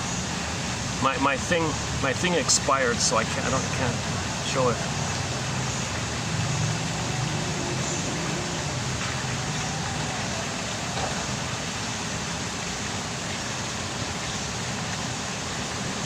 My word perfect. Do you like using? Oh, for Pete's sakes! Every time he's. Oh, wait a minute. Wait, is that it there? Oh, here we go. Oh, sorry, here he is. But okay, here's a preview. Here's a preview of some quotes coming up in the pipeline. So Medusa gives birth to the twins Pegasus and Chrysaor. Not the car. I'm not talking about the car company. I didn't look it up yet. I don't know if they were inspired by this or not. But anyway, maybe just a coincidence. So when you face the mother complex, when you unblend with the mother, get her story, understand, reflect, unblend, then the Medusa thing is gone. And you're no longer bothered by it. So in one chapter, the guy's holding the Medusias, and if others look at it, they turn to stone. You see, he doesn't. So Perseus doesn't turn to stone anymore. He's free. He's got the Pegasus. He's got the horse, the embodiment, the horse, the power of the horse. He's got the embodiment. So he's not bothered by it. In fact, he's nothing to him. But they wanted to show you that other people turn to stone by it. So we start off our soul turns to stone. Okay, echo turns to stone. One way to talk about the soul being frozen is that it turns to stone. Okay, so if you feel like that minute, that guy who bulldozed, who played the bowling ball on the poor children, I can't believe it. The poor little kid, he's like 3 years old or something, and the family was kind of like just waiting for him to move along, kind of thing. I stepped to the side, just wait 10 seconds, it'll be over in 10 seconds, just wait. No hurry, what's the big hurry? I didn't notice right behind me there was a barreling character coming along, this bowling ball kind of thing. We all kind of like, holy, oh my God. The kid ended up crying because of it. Jesus Christ. So that guy, that Minotaur bully, his soul is turned to stone. Okay? Huge mother complex. If you become the mother who takes your feelings, your soul, your feelings, your needs, okay, there's nothing left in there. It's dried up, it turns to stone. That's what they mean. So echo turns to stone. The soul is the princess. The feminine, echo, feminine, turns to stone. Echo becomes a statue. Echo becomes a statue. Soul is turned to stone. So in one snippet, Perseus would hold Medusa's head or something. Okay, it's not a violent. I know it looks violent. It's not like that. It's not like that. It's just meant to communicate that he's not bothered by it. He's got the Pegasus. He's got the golden sword. He's got Mr. Chrysaor. Okay, he has the ability to discern. He's got his feelings. He's creative. He's not bothered by that one. The mother doesn't bother me anymore. Okay? But when other people don't reflect on the mother, when they don't discern with the mother, their soul is stone. That's all that means. There's no concretize, don't literalize anything in myths and fairy tales. Nothing in a myth or fairy tale is meant to be literalized. They're all symbols. It took 10,000 years for the storytellers to fine-tune these images and symbols to reflect our primary mentation, the primary process. Okay, so after you say, after you admit your mother failed you, she betrayed you, and you understand why, and now your mother is seen as a wounded human. You gotta see your mother as a person, with a wounded child inside, and her soul is frozen. Your mother's soul might be frozen inside, turned to stone inside. Okay? And maybe she's the Minotaur personality, or a narcissistic personality, like the Wicked Queen, or the Minotaur, whatever. She's something like that, one of the stinger personality patterns. So you identify which stinger personality pattern your mother might have. She might be a passive-aggressive narcissist, a waif narcissist, a voyeuristic kind of narcissist, clinging vine narcissist. Or maybe she's the exhibitionistic narcissist that we're familiar with, or a variation of the Donna Juana variation, the playgirl like that, something like that. So you got to identify. Or maybe she is the Minotaur one. Maybe she is the bully one, a female bully one, right? Or maybe she's a passive-aggressive bully, okay, called Iago. Maybe she's like an Iago one. Okay, sneakily gets her anger up by spreading rumors, others against themselves, others express the anger for her on her behalf, proxy. Others are angry to give her some relief through others, so she can vicariously delight in the expression of her anger, so she makes other people angry to feel some relief. Doesn't know that she's angry, because remember the mother said you cannot show anger, you cannot show needs, so she doesn't know she's angry.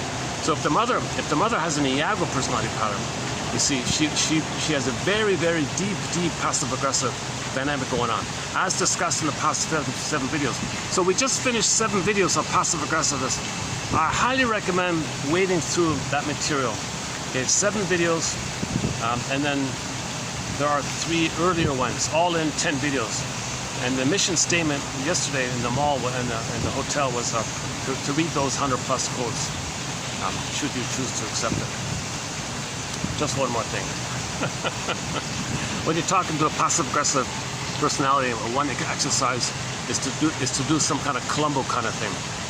So if you're dealing with a passive-aggressive person, they don't know they're angry, but they make you angry. And now you're feeling angry, and you say, oh, excuse me, I need to excuse myself here. I'm starting to feel angry. I want to step aside and process why I'm feeling angry. So I'll talk to you later. See you later. Oh, doorknob. Oh, just one more thing. Doorknob. Just one more thing. Maybe you might want to consider anger, the topic of anger in you. Just one more thing. Or maybe a part of you didn't want to follow through because you were angry at the request. Or maybe you're angry at me at requesting this. Just one more thing. So you do these kind of Columbo kind of things.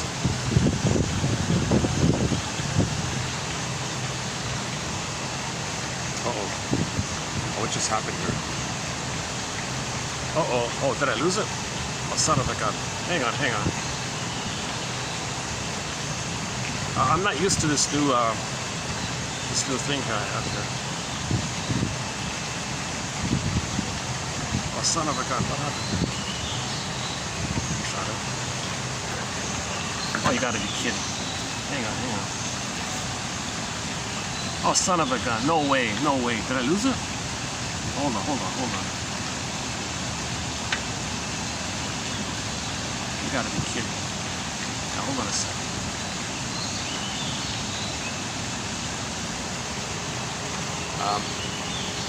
There's the swan, if you can see him. Hold on a sec. What happened here?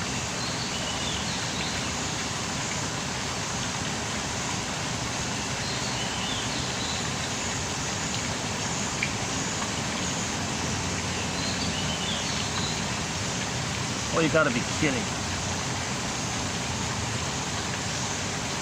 Well, let's check the delete box then. Recently deleted. Did I delete it? No, it's not in the delete box. Where the hell is it? See, I had the word perfect and then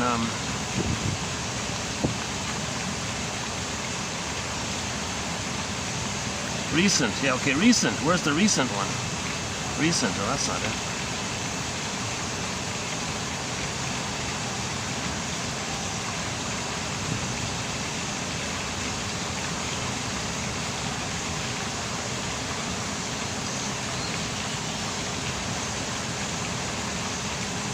Oh, okay, got it back. It's in mini form. It's in miniature. Oh my God.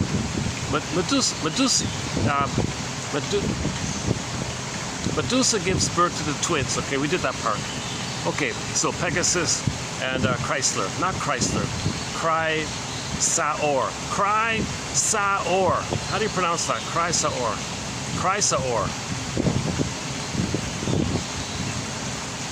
So again, Chrysaor is the masculine, active, released energy, freed up energy to express your creativity. The creativity is the Pegasus, and you can express it. That's you with the golden sword. So you can be active, you're confident, okay, he's a strong guy, okay, whatever. He's the god of the masculine. So he's a masculine character who can express out your creativity like that.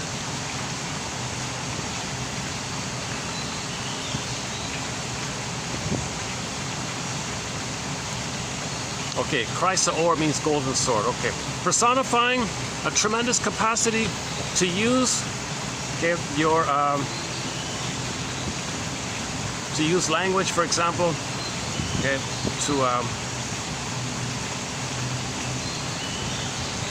to discern and use language, articulate, to protect your soul, to defend the psyche, to protect the soul, which is one of the dividends of the positive attitude toward the unconscious, redeemed by Perseus's analytic skill. I think I just see it as an update. Perseus had that discerning quality with the regular sword. When he separated from the mother, he's got more energy. The sword turns to gold. Now that's the proper place. The gold comes from your Venus, your golden ball. The gold is your soul like that. So there's something gold like that.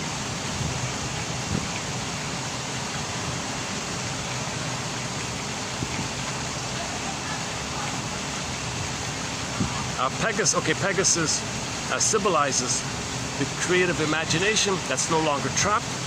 Okay, so your creative imagination is free. That's why the horse can fly. It's freed up like a bird. As soon as the mother complex is gone, the true image of life is reborn and Pegasus is released. Pegasus is the horse of the muses and as such represents poetic inspiration, artistic exploration, or living your life in new ways. If you create new patterns in your life, you're being creative. If you're expressing your true self, and now you're expressing yourself in new ways and healthier ways, that's considered creative living. It's not just physical arts. The way you're living is healthier. You're an artist in a healthier way of living. Anybody who starts being functional, they're creative living. That's creative. That's the Pegasus, and your confidence to do that is the golden sword idea. Not the Minotaur. You're not being a Minotaur. You gotta face the Minotaur. Then you can have an assertion for yourself. The Minotaur doesn't have self-assertion. The Minotaur means you identified with the mother and you lost yourself and you're still being this with the mother. That's the mother complex. The Minotaur and the bully pattern and all the other stingers have a mother complex. You want to separate from the mother for your authentic living like that.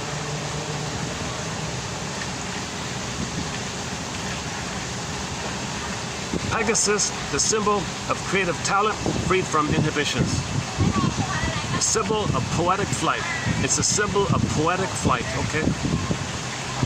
I don't have it here, but somebody quoted, because of the confused translation, I avoid Freud quotes, but I did see one say that Freud said, there's a poet in me somewhere, I feel like there's a poet trying to come out. There's a good novel in me trying to come out, a good poem trying to come out. So everybody says that, everybody has one good poem in them, and that's the Pegasus trying to come out, right?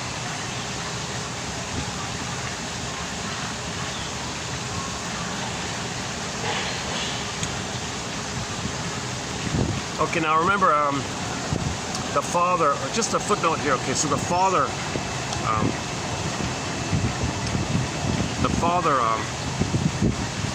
so remember Medusius was pregnant, right? Well, who's the father? Well, Poseidon, unconscious. Poseidon represents the turbulence of unconscious psychic energy. Okay. It is through creativity that a person manifests his or her subjectivity. How can I enlarge this thing? What the hell's going on here? Hold on a second. Read aloud. Hey, hang on. I see a read aloud button here. Allow Word to send you notifications. For Pete's sakes. Notification permission required. In order to make the maximum out of read aloud in future, we need the permission to show notification. Allow Word to send you notifications. No, thank you. Okay, I'll read it. I'll forget it then. I thought my word thing expired here.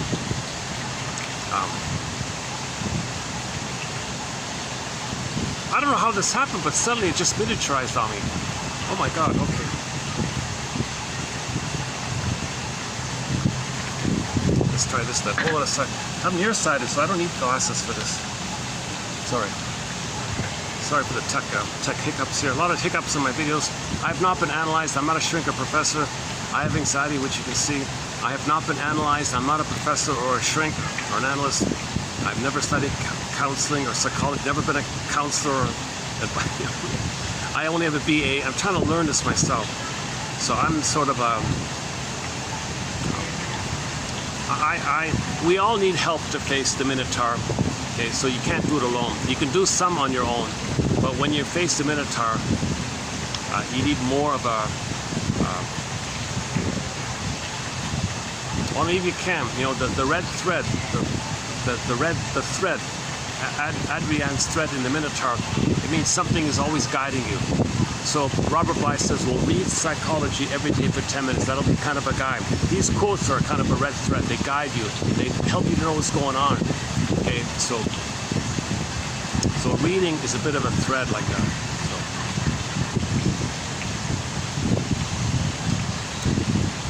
It is through creativity that a person manifests his or her subjectivity. Yeah, okay, so there you go. You got your subjectivity, your beingness, your subject, your body, and then creativity is the expression of it. So when you see the Pegasus, that assumes that it's an expression of your subjectivity.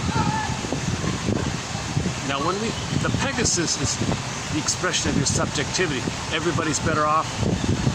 You're shining light for everybody, for yourself. Everybody's better off. But somebody who's prolific in negative things, that's not it, right? If somebody's cynical all the time and they're prolific in their cynicism, that's not it. That's the death mother. You know, they've identified with the death mother. The heresies call it. Some people call it the negative mother, the terrible mother, the death mother. The heresies call it the death mother. The winged horse, Pegasus, pictures the energy that comes from our efforts, and he represents the instinctual vigor. The instinctual vigor, that's the embodiment, that can carry us through life. He also symbolizes the power we now have to develop our full psychological potentials. Okay, so now you can express the gifts, okay, of the real self. Okay, Christ Saor is born holding the golden sword that symbolizes both the power and the value of discrimination, discernment. This sword exemplifies the capacities, for example, to what's mine, what's yours. Okay, that's your anger, that's not my anger. You're trying to coax me to be angry. So you want me to express the anger for you. You're being passive aggressive. That's your game. You can discern. Oh, I see. You're afraid to express anger, and you want me to get angry so you can see it expressed. Use me as a proxy. Well, that's your anger.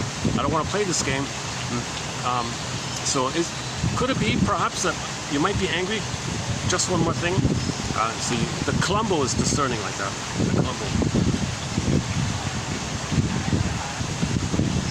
And even if other people don't approve of your autonomy, but that's not true. They will. People enjoy it, ultimately.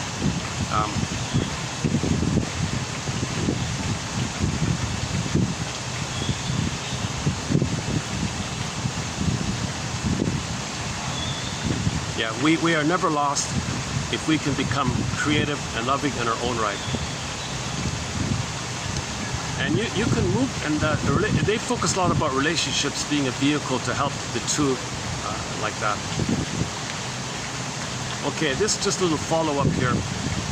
In a follow-up story to the Pegasus, okay, turn the page. In another story, there's some guy named Bellerophon. So he tried to do what's called spiritual bypassing. He wanted to be a pretend, a fake. He wanted to be a fake or a sham poet or artist or something. Pegasus kicked him off. No, that's fake stuff. So he said here that pop psychology is kind of like that. So pop psychology is trite. It's wrong most of the time, and it's too vague. But it's promoted heavily. You can get a PhD in this trite stuff. So you're not on a horse.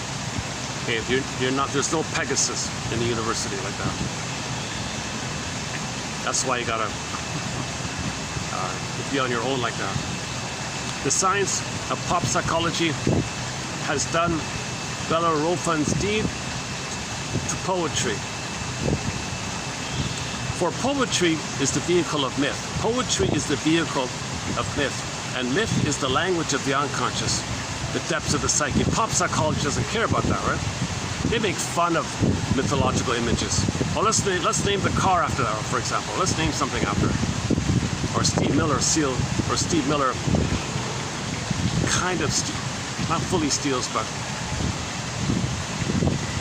minimizes. Oh, let's draw a picture of the Pegasus. Don't I look good? Don't I look creative? He stole the creativity of that song by a poor blind boy and just turned 20. I like Steve Miller, don't get me wrong, I'm okay with that. We played Jungle Love.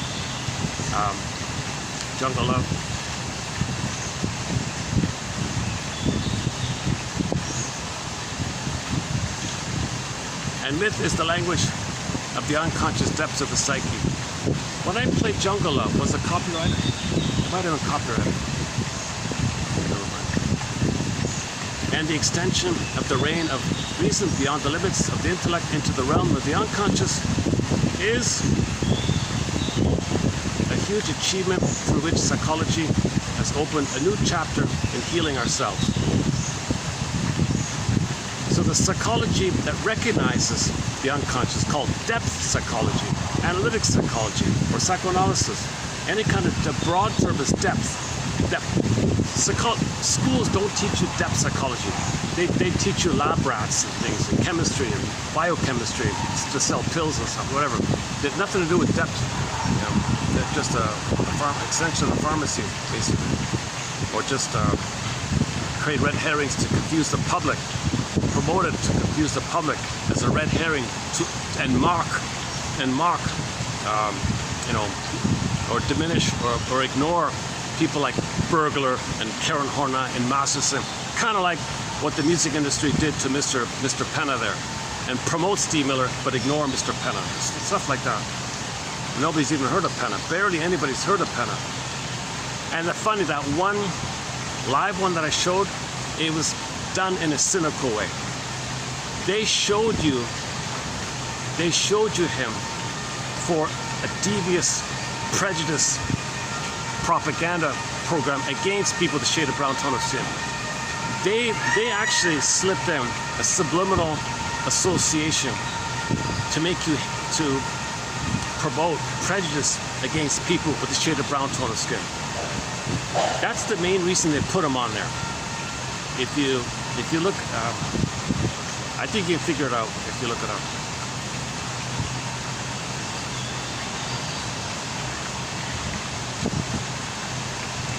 It's pretty simple. It's the first click thoughts you might have. Just look at the name of the song. What's he singing about? And notice one other factor. And click. Oh my God.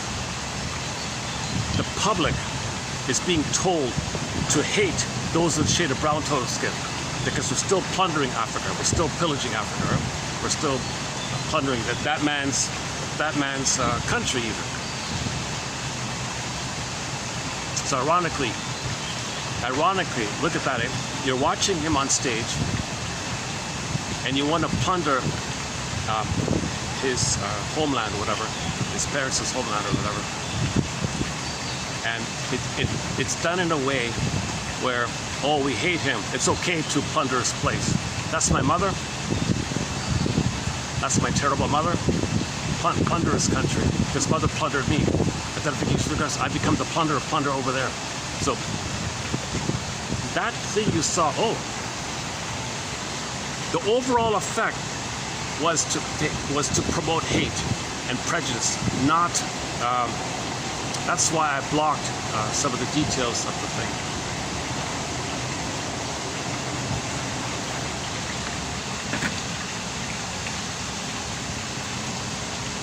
That's up to each person to sort out for themselves, I guess. You use the shield and the sword of discernment. Where are we here? Okay, so they were saying, the Harrises were saying, is that from the Harrises? Oh yeah, that's from the Harrises. Oh, that's from someone else. Okay, so this other one was saying that once we develop vocabulary for depth psychology, that was a huge boost for healing the soul.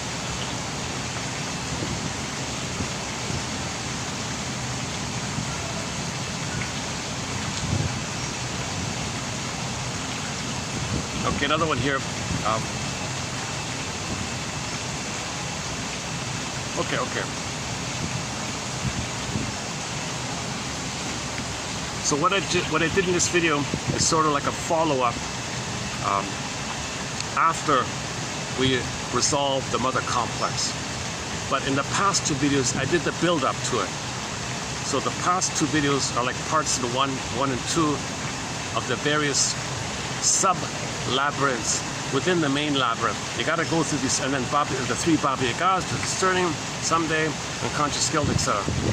And then finally, you might reach the Minotaur or the cave, okay, with the Medusa one. Okay, and that's when you do the primal issue. My mother failed me. She betrayed me. She was impaired. I never had a loving mother. That's why in Missing Fairy Tales, the good mother died. She might have been good in uterus, but at the moment of birth, poof, wicked queen. Not separate people. The fairy tale showed, the Grimm said it's too much for people. We need a buffer, so that they buried it. They'd say, okay, your mother's not a wicked queen. No, she died, and the husband married another woman, and the stepmother is the wicked queen. The other are separate. No, the original is the same woman. It's the same person. The baby perceived the mother as good in the uterus, but when he came out, the mother is recognized as the wicked queen if she's narcissistic. It's the same woman, not separate people.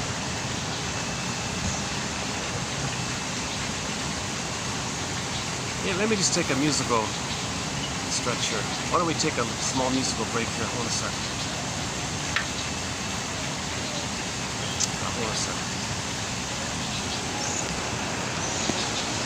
Let's pick up another song here.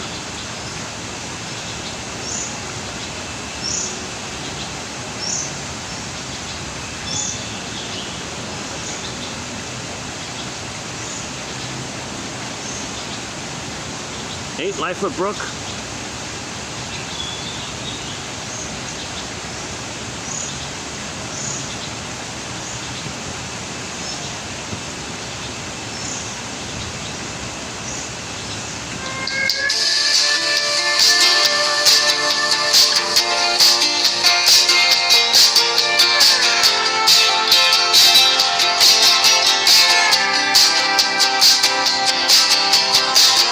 Back in the day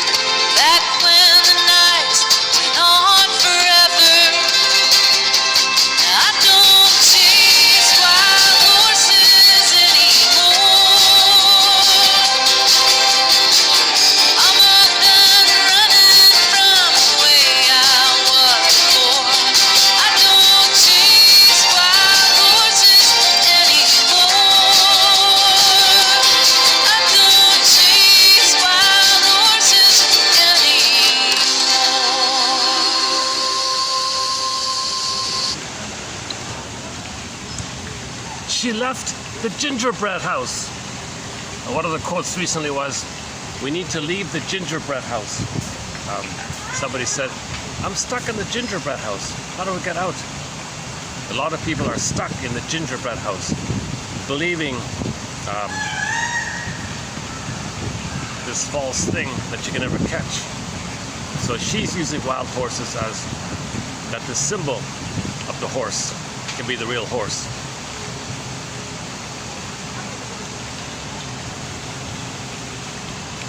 That's synonymous with being in the gingerbread house, believing that materialism will make it so that you receive mother's love in the past, and that's your wild horse. Really? So she says in the song, "I don't do that anymore. I don't. She's embarrassed by it. What a foolish thing to do, thinking that her lifestyle can win mother's love in the past. I don't do that anymore." And she's embarrassed about it, but she identified it, so she's a hero. So the protagonist in that song has left the gingerbread house, which is a complex in the labyrinth. Okay. Within one of the sub-labyrinths is the someday labyrinth. And in that someday labyrinth, one of the sub is that someday some chasing, like cigarettes, can that be my love in the past? No, the cigarette just anesthetizes the pain of not being loved. But I need a cigarette. Well, that's a defensive need. So can you discern between unmet real need for mother and discern this defensive need of the cigarette to numb the pain? Can you discern them? That's the discerning idea.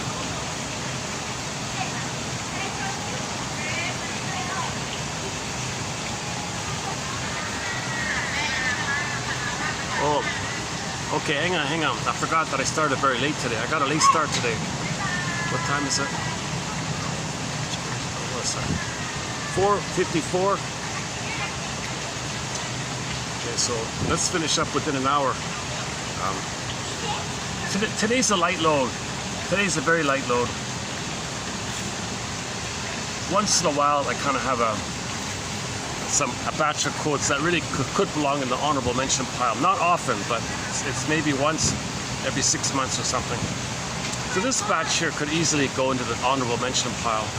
So sometimes some of them slip through, kind of thing.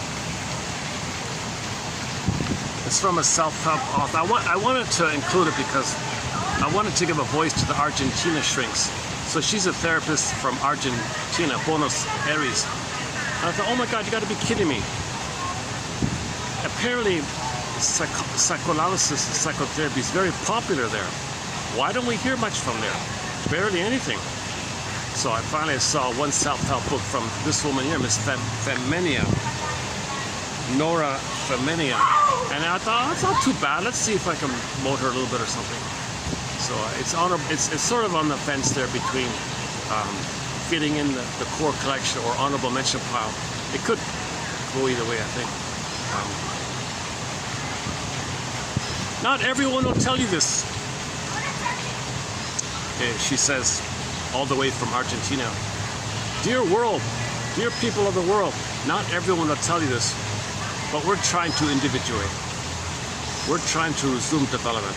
It's confused, we're in pain, we're angry, we got to communicate our anger, so it's confused, doesn't look like it, but I'm communicating what happened to me, but the positive intention is ultimately I want to resume development."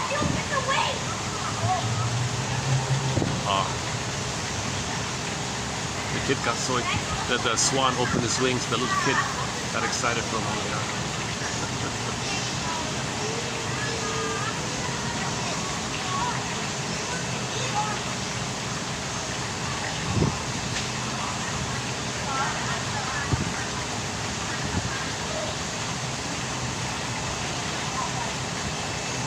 Those kids are having a happy moment when they grow up and they feel stressed.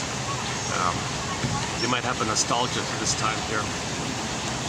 I fed the swans, they opened up their wings. I fed them, I was so happy. So kids, yeah, Mr. Rosenberg says that. I'm so happy when I feed the ducks. try to do things with that feeling in mind a little bit. Freud. He was talking about Freud, the pleasure of other people's happiness.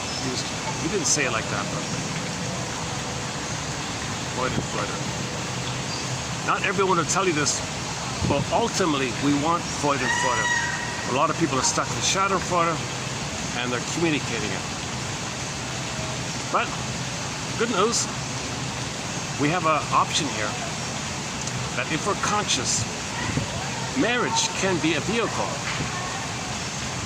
to Freud.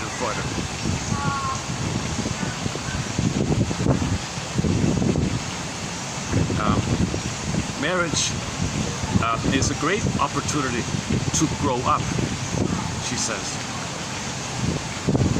And we need development and healing in our lives, right? We got to grow and heal, obviously. And marriage is a chance to grow and heal because you can make I statements, you feel safe. You got a companion there, so you feel safe. You're both aware that you're traumatized, and you both have Freud for each other's healing. And marriage is a kind of she calls it a kind of a quote-unquote contract where the marriage contract is to, quote, help each other develop in order to be the best person we can be. So she thinks when they sign the marriage contract is, I want you to be the best you can be. And she says, I want you to be the best you can be. And our marriage will contain, and we can stay married, and we're both being fed back and forth. We're both growing in the marriage like that. So marriage allows people, oh, hang on. Okay, let's give these people some space here. Hold on a second.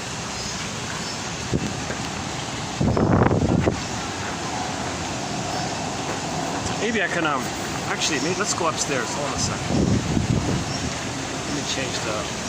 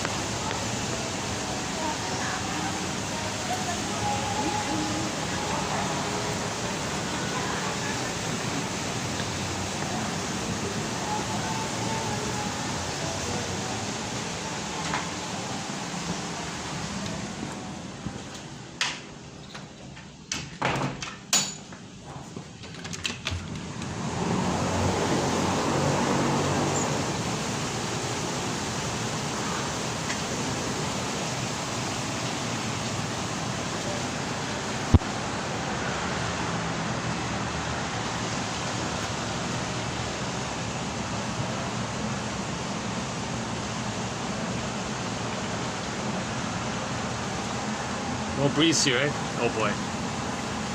Start to sweat.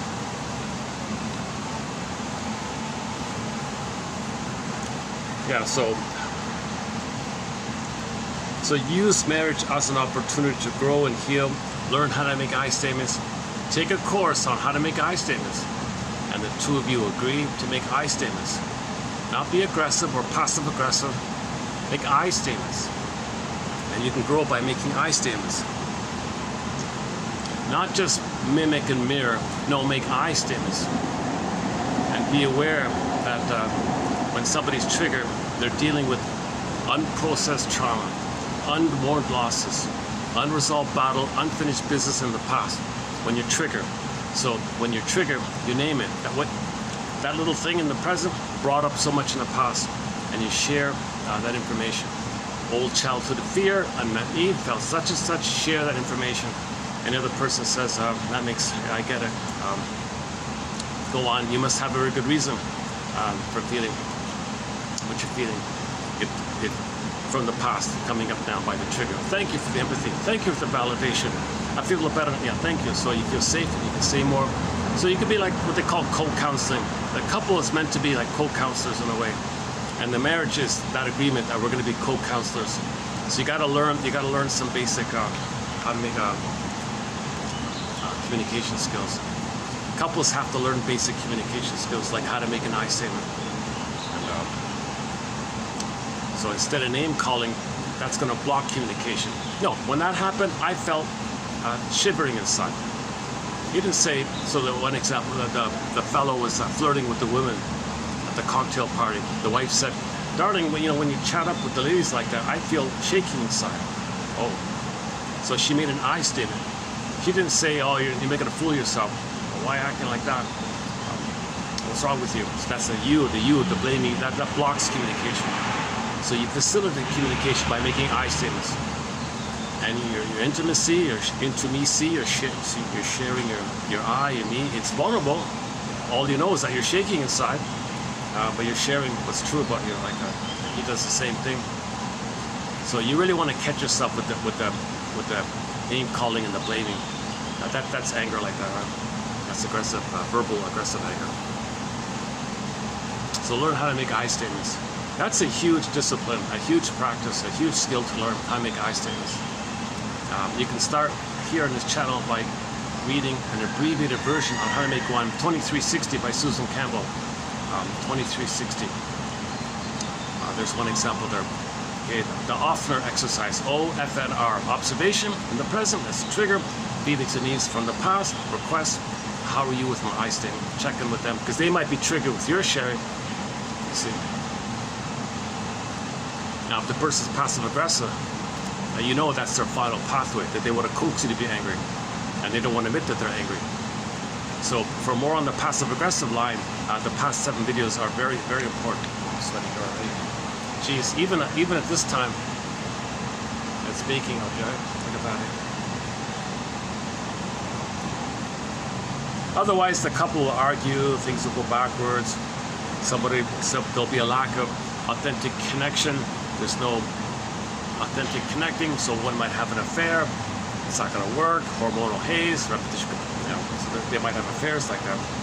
If you have an emotional relationship, an emotional connection, authentic relating, no one's going to have an affair. If you're lonely inside, somebody might have the affair. They said.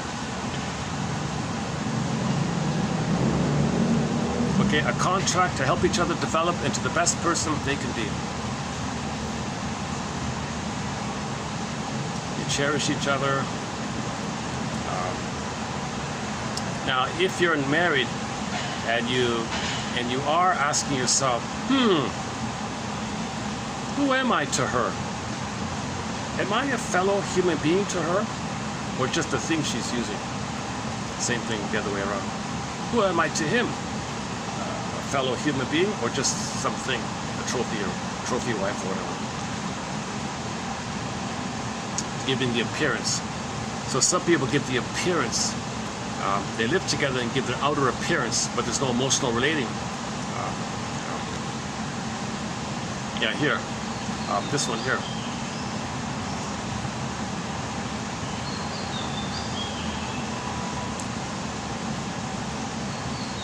A marriage that is not connected, emotionally connected.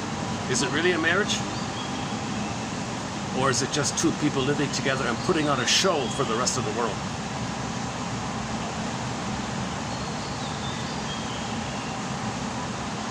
Okay, there is one here on passive aggressiveness by her as well. So let's do this one here. Your husband behaves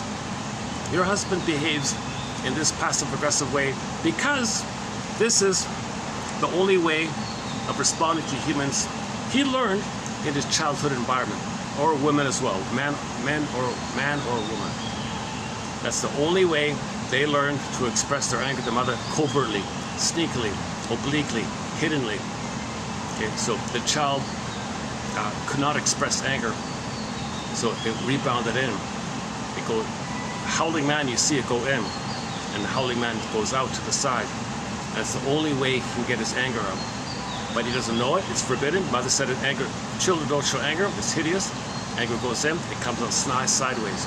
So he learns a way, he learns how to do it by what he doesn't do. He doesn't agree, doesn't cooperate, procrastinates, late, deliberate inefficiency, letting things escalate, withholding important information, and so on. All these little sticky things he does. And he doesn't always angry, but he's doing it and he enjoys it. Others finally get angry, tables turn. What's wrong with you? You're so sensitive. I did such a little thing and you're so angry. No, I'm sorry, you're right. And he doesn't understand his contribution to making the other person angry.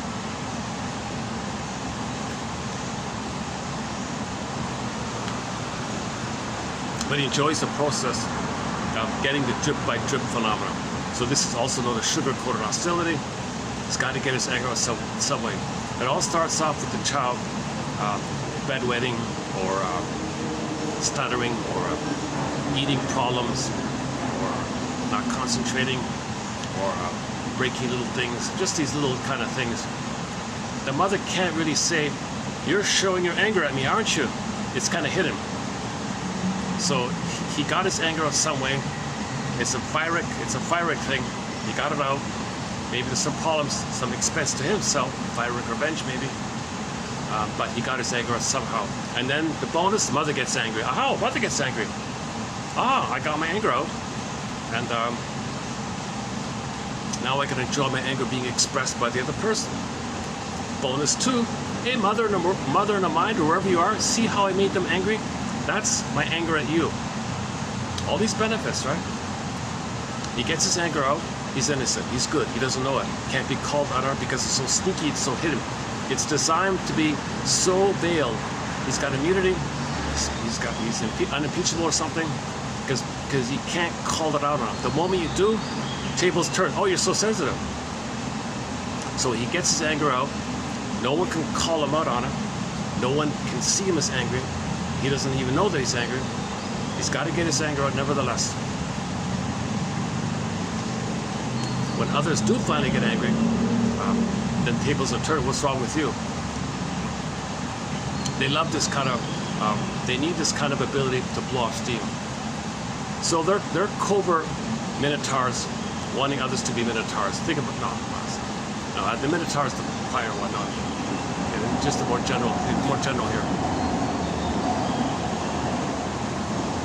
Okay, so your partner believes that your partner behaves in this passive-aggressive way because this is the only way of responding he or she has learned. She developed this interpersonal passive-aggressive shield to protect herself from toxic connectedness. What a toxic thing. The anger of the mother going in on himself is toxic. His rage and cortisol and adrenaline to the mother blocks it. It rebounds in on himself. That's the howling man. Now it's destructive. That's toxic. Destructive. E-L-I-V-E. Reverse letters E-V-I-L. It's destructive. It's toxic. So he's got to get an anger out sideways. That's what the howling man. Key episode, howling man. Boy, I'm thinking, huh? Jesus. Is there a breeze anywhere? Hold on a second.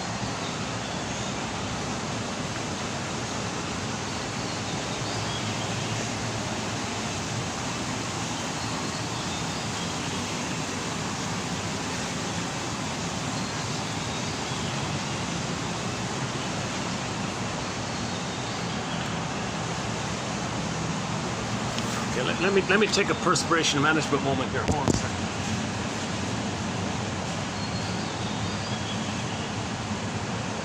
So let's find a song here.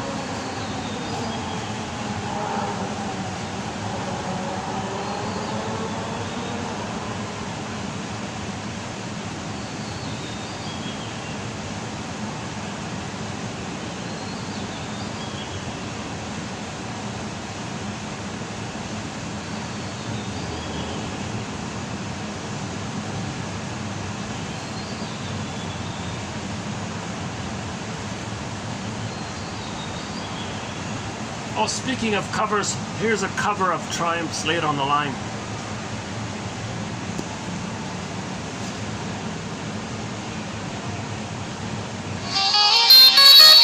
Same old story all over again. It's out of light, just another friend. I wanna love you, I wanna make you mine. Want you laid on the line. I'm tired of playing foolish games. I'm tired of all your lies making me insane. I don't ask for much, truth will do just fine. Want you laid on the line, laid on the line, laid on the line,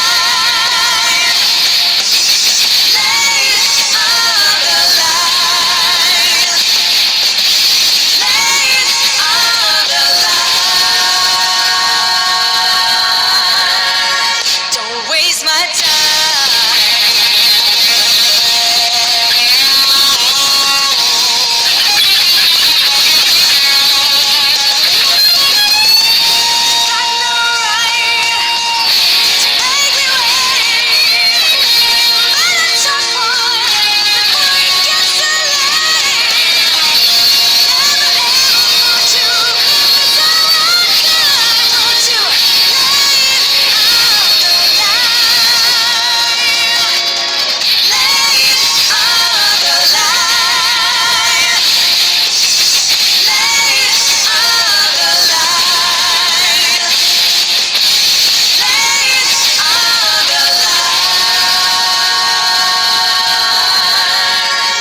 Don't waste my time.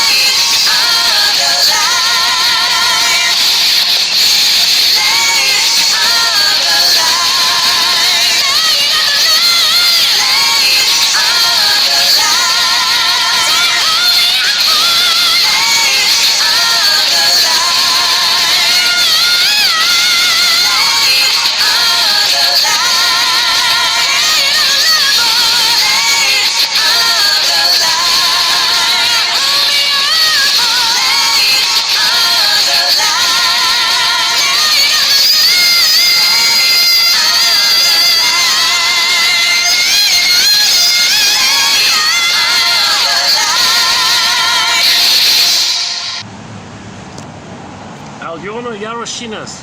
That's the best cover. That's the only cover of Laid on the Line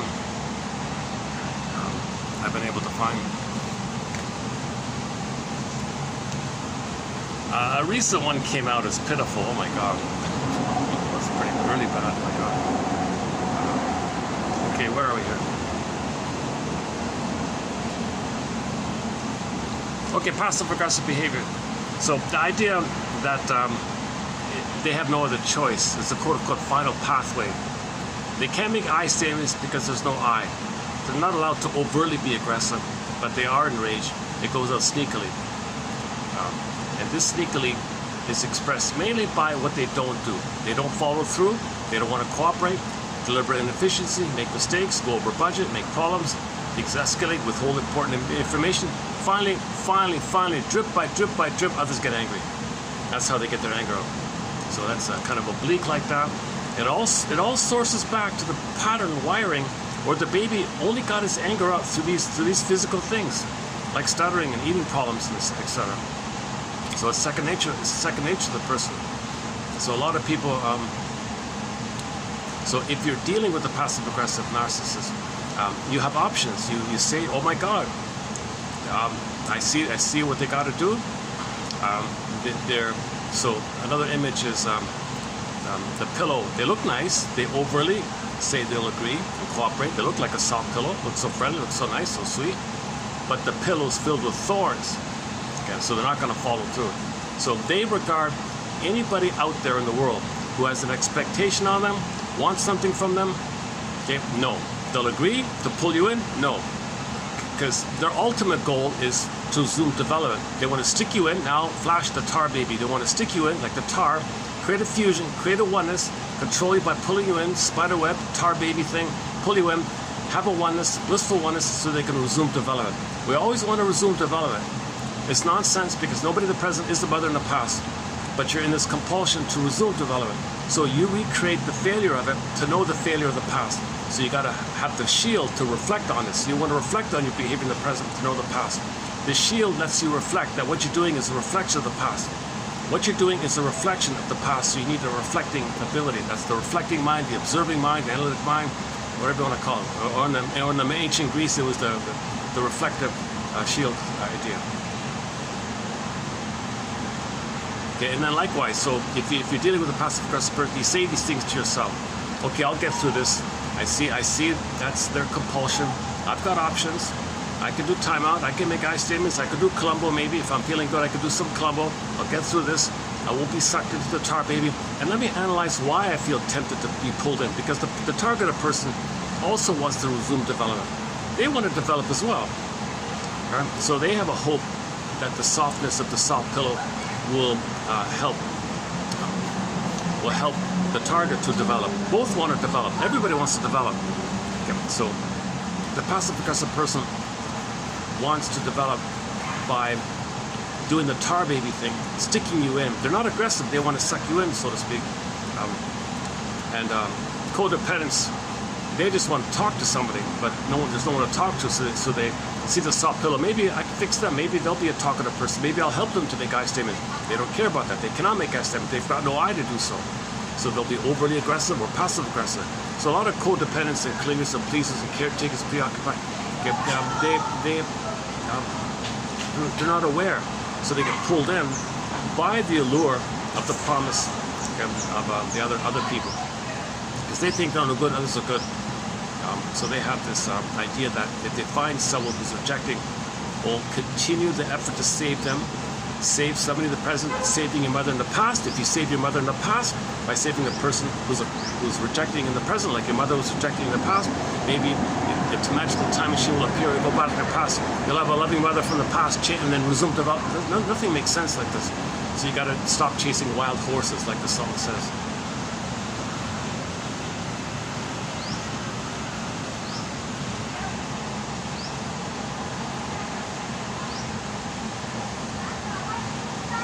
Okay, so at the very least, say to yourself these kind of things. I'll get through this. I will survive.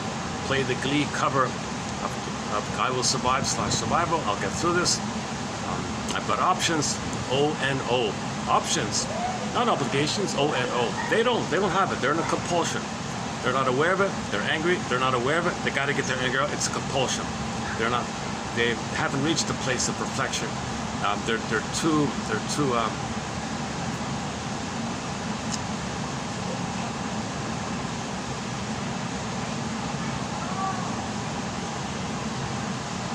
see, clingers and pleasers, they're kind of half and half. They can make I statements. And they have some gratitude and love and affection and kindness. They want to help. They have some Freud and Freud. They're kind of caught in the middle between 18 months and 36 months. The stingers are trapped prior to 18 months. The stingers and the clingers like that. So the stingers have more work to do, it seems.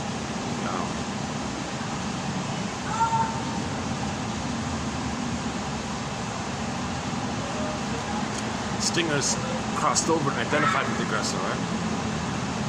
They got to blend with the aggressor, but they are the aggressor. So who are they if they don't have the mother? They are the mother. Who are they? They feel empty or something. They feel too empty like that. So they got more work to identify this. So they got more work to do in the labyrinth. Maybe. Clingers are trapped because they didn't finish development.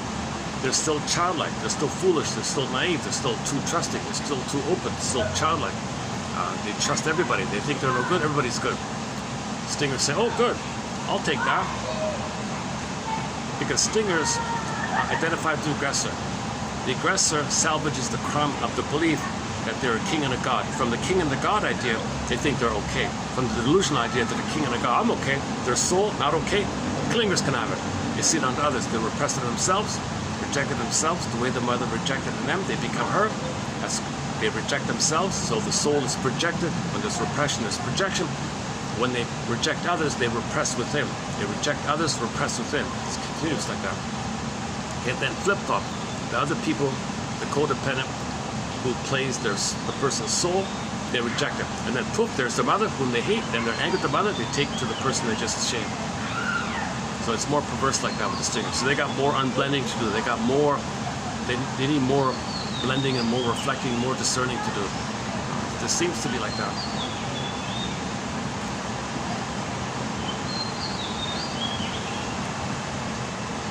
But it can be done. It can be done. Just stick with the practice of 10 minutes a day, like Robert Bly says. Read psychology, not pop psychology. Okay, there's got to read analytic ideas. Anything related to the two worlds, conscious, unconscious, some bridging between the unconscious and the conscious. Anything in that area.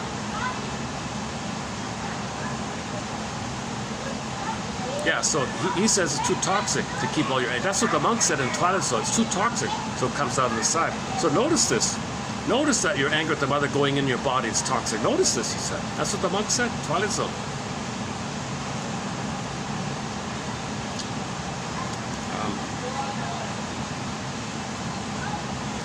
Okay, now of course he's going to turn the stone inside, emotional freezing, emotional numbing, or emotional. One image is the gap, the geological metaphor of the gap, the chasm of the earth, inside out to chasm. And then the mind worker was the sarcasm, because there's a chasm. Okay, that's a symbol for the basic core fault. That's something fundamental, some core, basic, fundamental wrong or fault, basic fault took place. The weaning trauma, betrayal trauma by the mother, a core fault. So the soul disappeared, and there's an emptiness feeling. There's a pain so utter, swallow substance up. Okay, that swallowing is the Minotaur or the Medusa, and those gobbling characters, Caraba, whatever. Let's just stick with the Minotaur one for now. Let's stick with the Minotaur. Okay, so it swallows up. So something's always swallowing up. The memory that mother failed you, swallow, swallow, swallow. That continuous activity is symbolized by the axion, the guy in the wheel, suffering on the wheel. Okay, that agony like that. Okay, because of the weaning trauma. What's the weaning trauma? Okay, the guy sees the cherry in the myth, he sees the cherry, reaches for the cherry or the apple or the grape or something, and the wind blows the branch. Weaning trauma. So the weaning trauma. Again, that's called Tantalus. Mr. Tantalus, he was tantalized, rejected. Tantalized, rejected. Okay, chasm, chasm. Gobble, gobble. Pain, pain. Numb, numb. Okay, the axion wheel. And then, there's the pecking, the one with the pecking idea.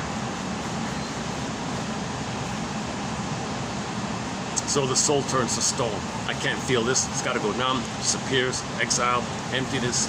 So you feel empty, you feel hollow. You have a positive inner experience. And now you become the mother. And that leads to externalized living. Prejudice, blaming, externalized. Everyone else. You always find some BS to think someone else is the cause of your pain. You can't look within.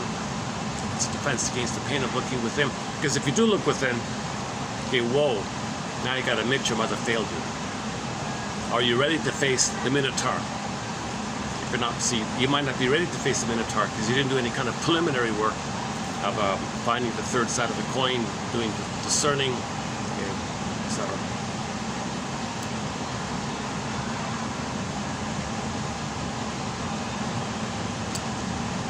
Okay, the passive-aggressive person thinks what they're doing is normal. They think everybody's frozen. They're frozen. It's normal, they think. There's a long way between the here and now, where you suffer from your partner's silent treatment. Oh, they love the silent treatment. They don't return the emails. They keep silent. They make you wait, stuff like that. Procrastinate, dawdle. Yeah. So there's a long way between the current, where you're suffering from their passive-aggressive behavior, and the connected and expressive partner that you need them to be. Okay. He or she has first to acknowledge their hurtful ways of dealing of this behavior. So a recent quote was the counselor said to the passive-aggressive person, "So how are you going to help me?" Well, first things first, I'm going to make it clear to you somehow, some way, somehow. I'm going to show you, I'm going to teach you that that your behavior makes others annoyed. Impossible. That's their problem, not mine. Well, that's what I'm talking about. How do you feel if you're kept waiting?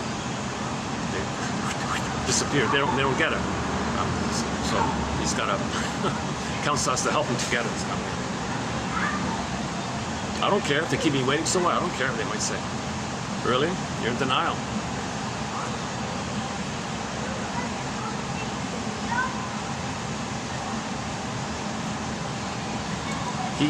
He or she has to first acknowledge their hurtful ways, recognize that it is wrong to use, or ineffective or unhelpful to use defensive strategies, useful in the past, but not now in the present with your partner, and to learn new, more appropriate ways of connecting, i.e. make I statements. Meanwhile, you yearn for love and connection, and she keeps detached, cold, isolating, withdrawing inside. So say to yourself, have some empathy for them. You have options. Do some Columbo. Learn how to make I statements. Now, if your partner is passive-aggressive, the codependent is desperate to have a connection, so they may provoke an argument.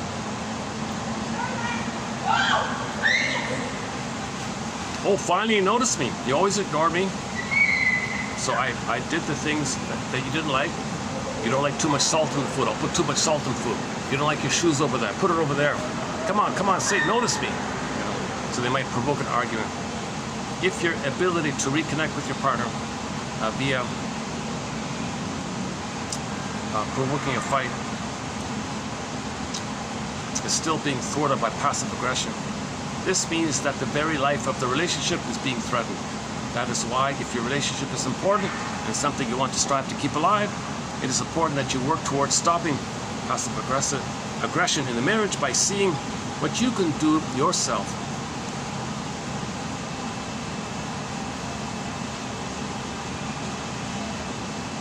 I see. So she's saying that the partner tried to provoke a fight to have a connection, still didn't work.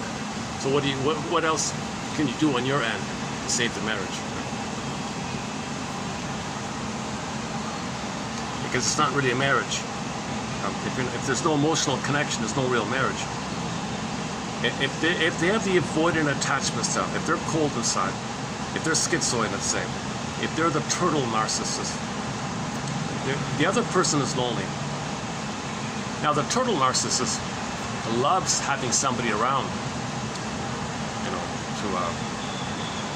to reject, to rebel against, to say no to by withdrawing. They need somebody to say no to by withdrawing, so they want you around. But the other person is just being pulled in, like the tar baby thing. They're always being pulled in. I want a real connection. Come on.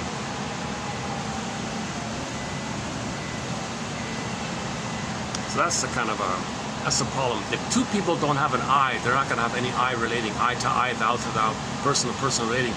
If neither of them have an I, the narcissists don't have the I. Remember, they're the mother. The codependents are kind of half and half like that. Now, if two stingers get married, okay, they just scapegoat and dump on the kid. So one kid will be scapegoated in the family system called the emotional triangle. Too much anger between the two, so they must have one child to dump on the scapegoat like that. Another child might be seen as an extension of their narcissistic display, so they can vicariously think if usually the first kid they support.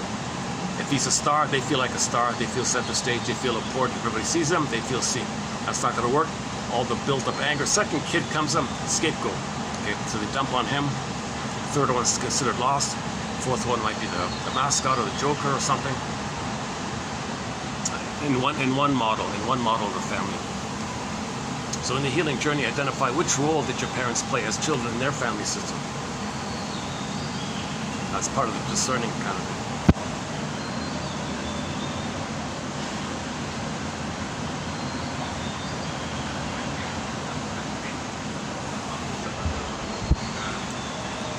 Okay, she talks, an undeveloped thread in our collection. An undeveloped thread in our collection is the attachment theory one. She briefly mentions it, so here it is here. It is a fact of our biology that as babies we survive by attachment.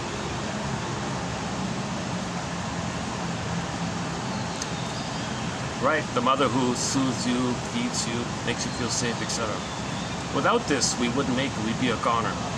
Thus, from birth, we are trained to seek attachment. Life force is object seeking. All the baby's desire and attachment is to have a secure connection with the mother. Now, whether we receive this connection is another story. The more we are denied attachment, the less efficient we become later in life. For example, with the anxious attachment style, this comes about when the mother is sometimes there, maybe 1 minute, later she's tired, leave me alone. It's kind of back and forth a little bit, not consistent. Worse than that, the mother might be an avoidant attachment style. It's taught when the mother is just absent, emotionally, psychologically, sometimes physically, she's just absent. Emotional neglect, emotional abandonment. So she's never emotionally there for the child. Or she's too critical, demanding, and negative. The child's going to detach. So you can see this detachment style of people who don't want to be close, think others are too needy or sensitive or emotional. They can't express, they can't say, I love you, kind of things like that. Notice that avoidant is a more extreme form of anxious and tends to be common in passive-aggressive behaviors. So the avoidant attachment style is going to lead to passive-aggressive behavior usually. So when we talk about attachment, what do you mean specifically? Well, she thinks, at least consider that the child's got to be safe, some kind of tenderness and sweetness, some kind of reflection by the mother, where she sees the child sees that she sees him, that's esteem, and the child helps to know himself. If the mother sees him, oh, you see me, oh, I'm a me and you're a you. I'm seen by someone who saw me. That moves towards development. It's called mirroring. And of course, acceptance, approval. I accept. You don't gotta serve me, baby. I approve of your autonomy. I approve of yours. Really? You mean you'll love me and there's no strings attached? You have Freude? I can be myself and you'll support my development and I'll have my Pegasus and I'll be creative like that and I don't gotta spend my life trying to fix you. No, you could be free. You could be yourself. A life's longing for itself. Really? Wow, that's awesome.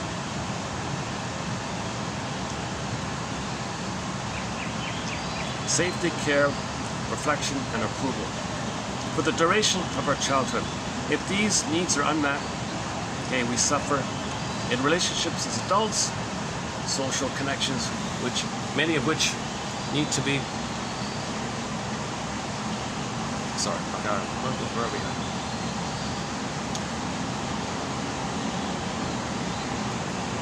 Okay, so whenever, she was saying, whenever the Harrises was saying, whenever there isn't a secure attachment style, you'll notice a real burning romantic feelings, like in high school. Gotta find somebody to have a oneness with. Just blindly fall in love easily with somebody. So that's the romantic love stuff. That reflects the lack of the secure attachment.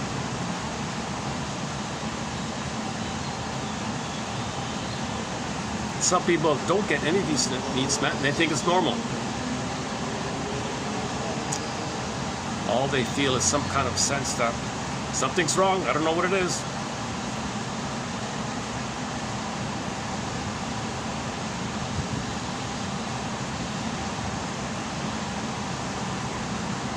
Okay, let's just leave it there. She's got the one about for some people marriage can end up. For some people marriage can end up. For some people marriage can end up feeling like an odd dance, where you are constantly changing dance partners. So same dance, you're just changing the partners. Same pattern.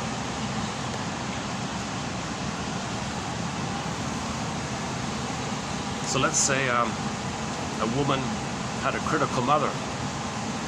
She will only be attracted and marry men who are critical. She gets frustrated, leaves him, finds another one. Same dance, just changes the partner. Leaves him, finds another critical man. Same thing like that. Repetition compulsion. We recreate a reflection in the present, a reflection of our memories. As above, so below. That's why you need the shield to reflect on it and discern what's going on. What's present, what's past, called asymmetry. Parse out what's a reflection, what's symbolic of the past. Parse out what's really in the present, what's really from the past, what's been transferred from the past to the present. That's the reflection and discerning proceeds has.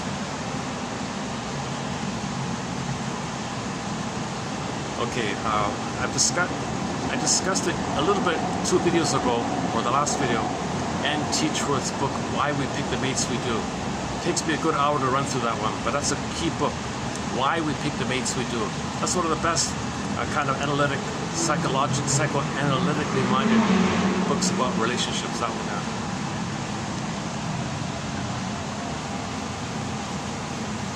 I'll play the song, same script, a different cast. Oh, that's copyright. I think I tried to play that. Yeah, Whitney Houston and another person.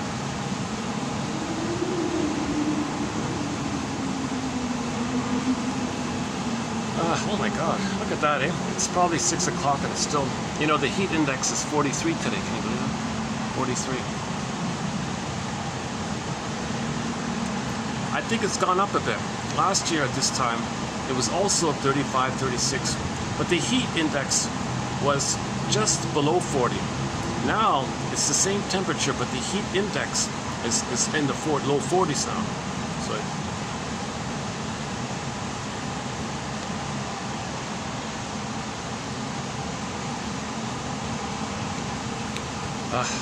Finally, a bit of a breeze, eh?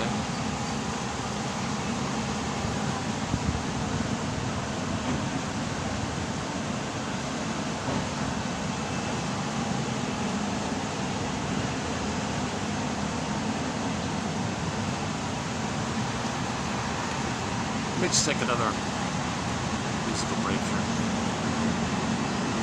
Late on the line. Love Sick. Okay, we haven't played this in a while. Rick Santers, his most recent single.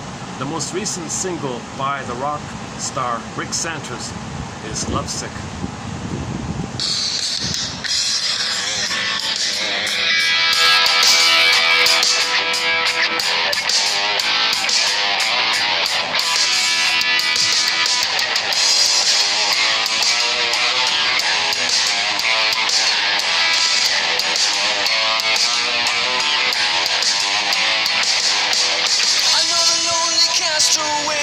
Ship that didn't want to be put out to sea. I can't see any stars tonight. I'm at the mercy of an unknown destiny.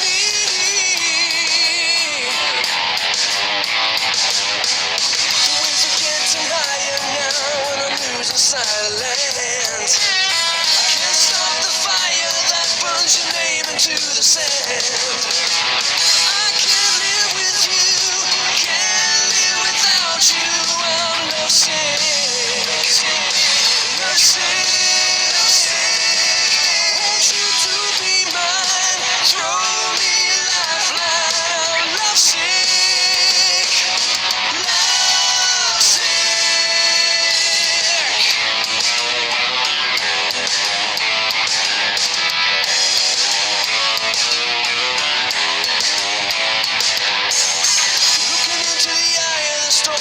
Could have sworn I felt the undertow.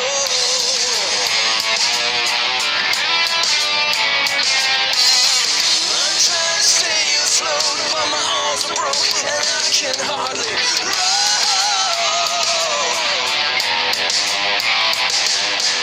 My boat is rocking back and forth and it's only getting worse.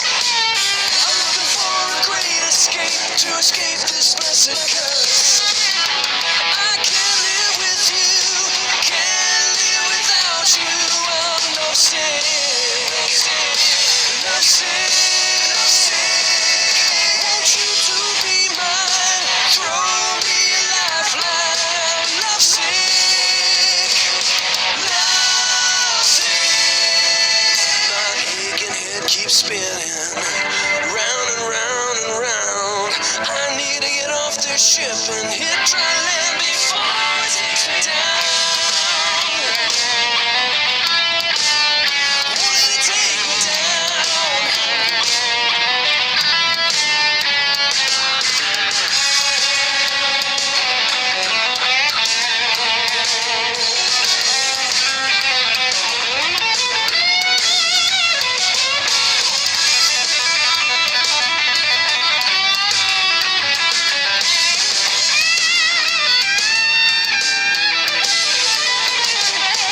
The winds are blowing stronger now and I'm trying to keep my head. I gotta get back on course or I'm gonna wake up dead. I can't live with you, can't live without you. I'm lovesick, lovesick. Want you to be mine, throw me a lifeline. I'm lovesick, lovesick. I can't live with you, can't live without you. Want you to be mine, throw me a lifeline. I can't live with you, can't live without you. I'm lovesick, lovesick, lovesick.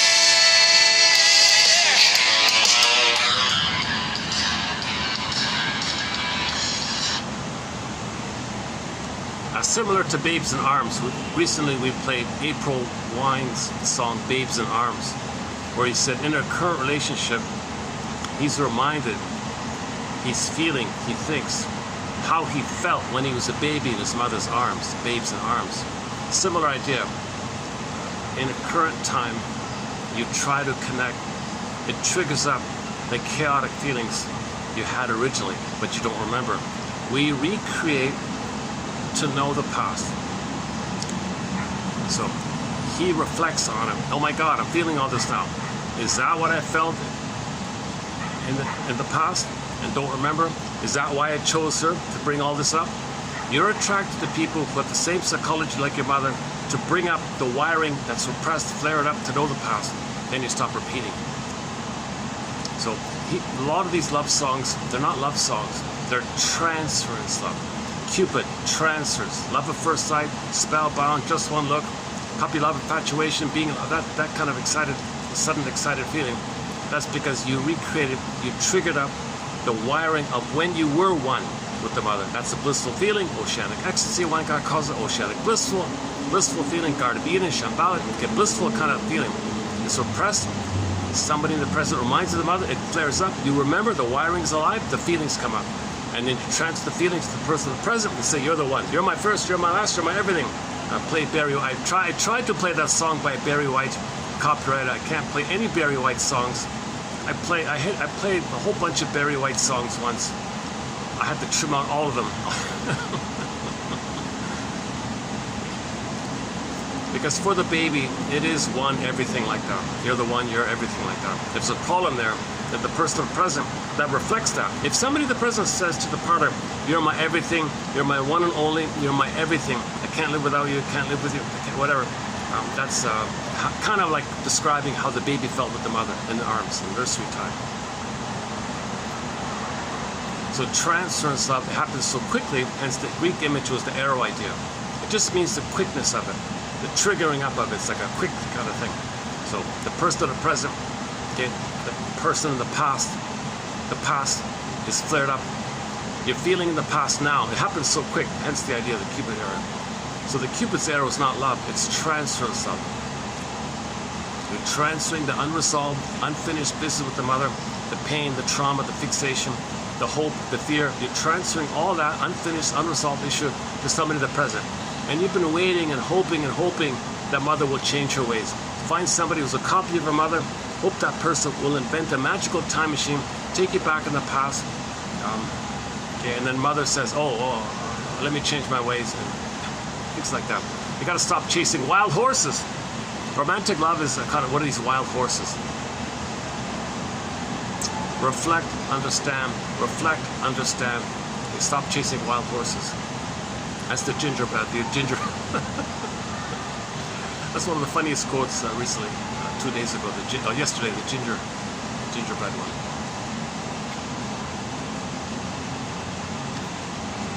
Get out of the gingerbread house, she said.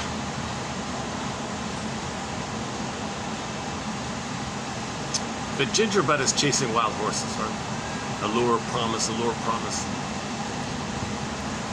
I'm not gonna quote that book, The Minotaur and the Mermaid and the Minotaur. I forget it. But the phrase is kind of catchy because the mermaid is the alluring mother, the seductress. Remember the sirens, the mermaids, alluring, promising, but crash. So that's chasing wild horses. The promise, crash. Mermaid, Minotaur. So the mermaid and the Minotaur are two aspects of the mother. Babies are allured, a great hope, enticed, excited, seduced, whatever. It means a big promise, a great hope. It fell, crash, you heard no noise, Minotaur. So the mermaid and the Minotaur are two sides of the mother. The mother's promising, she's alluring, like the siren, okay, and then crash. Okay, in the Odyssey, they always crashed. Allured, crashed. Allured, crashed. Mermaid, Minotaur. Mermaid. And there's much more to it, yeah. A lot of people think with the chimera image, it just means you're not fully developed. It reflects stunted development, arrested development.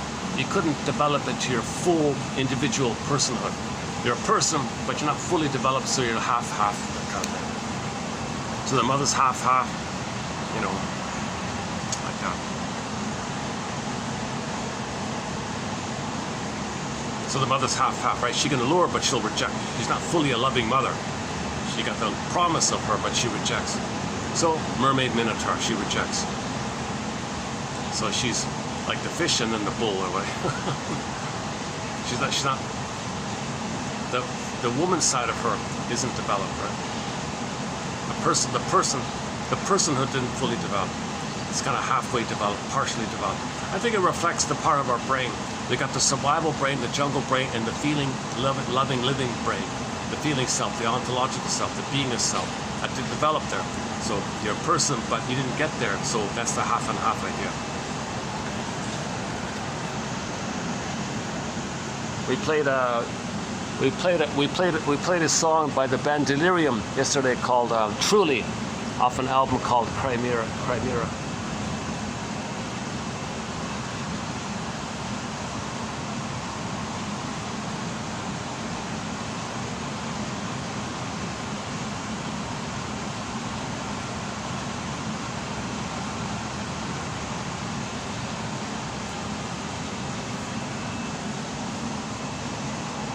Very expensive, this part of town. My goodness.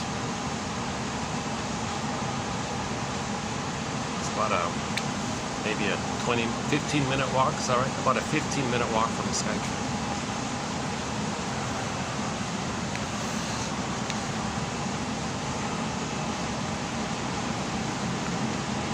For the longest time, I didn't know this existed. I was just wandering around once. Oh my God, what's this? Wow.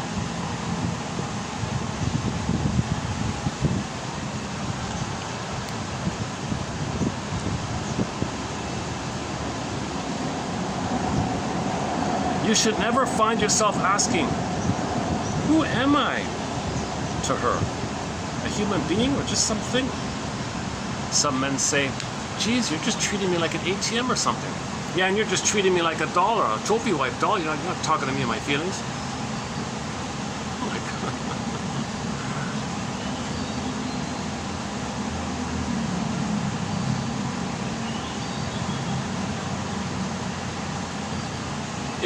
If women feel maybe that they're not being related to in their person side of it all,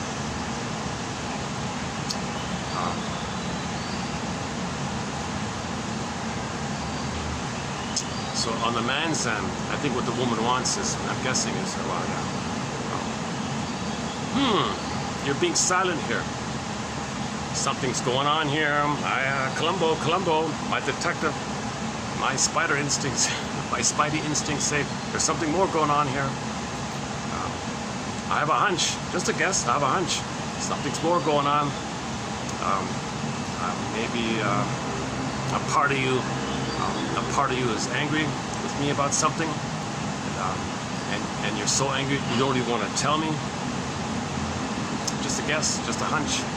Let me think about it. I'll talk to you later, okay? I want to think about it. I'll talk to you later. Doorknob moment. Oh, just one more thing. Maybe you want to think about your contribution to the problem that we're having. Maybe there's a contribution on your end. Okay, so he's relating to her with the sense that there's something going on. There's some kind of hidden anger that she's afraid to express, because women are trained especially not to show anger, right? So the stereotype seems to be, if you go to the 2020 program on YouTube, Scott Wetzler 2020, and in the book Angry Smile, they also said it, that there's more pressure on women to hide their anger. So it does seem that, generally speaking, maybe women are more passive aggressive. You don't see women barreling down, breaking, terrorizing a child who's just stopped at the door like that. But a fellow did it. I saw it myself. A fellow did it.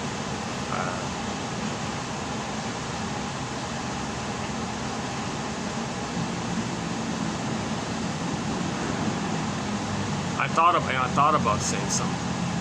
It's just, you can't talk to a minotaur, right? They're looking for arguments. They're looking for problems.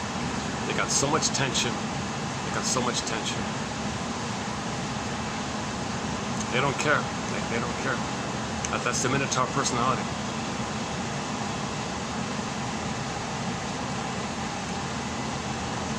Anytime you acknowledge something about them as a person, the mother side gobbles it up, and then it's attacked.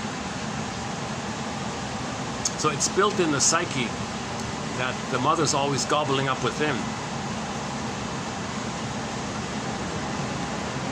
So you don't want to bring up. They got to know themselves. Each person has to enter the labyrinth on their own. Each person has to enter the labyrinth on their own, face the weather complex. And in the case of the Minotaur personality or the bully pattern, when they see the Minotaur, they say to themselves, "That's me?" They look into the Minotaur's face, and that's their face. "That's me? You got to be kidding me!" Huge sadness like that.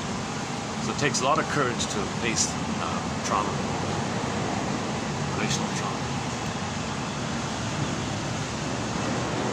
Shock traumas and prenatal traumas and birth traumas will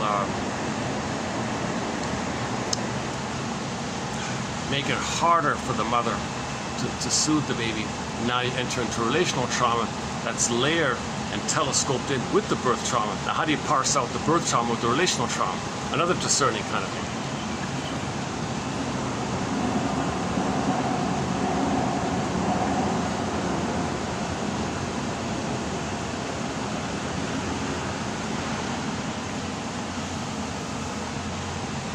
Actually, in the next page, we have a couple of more follow-up with Miss Fermenia. Let's see.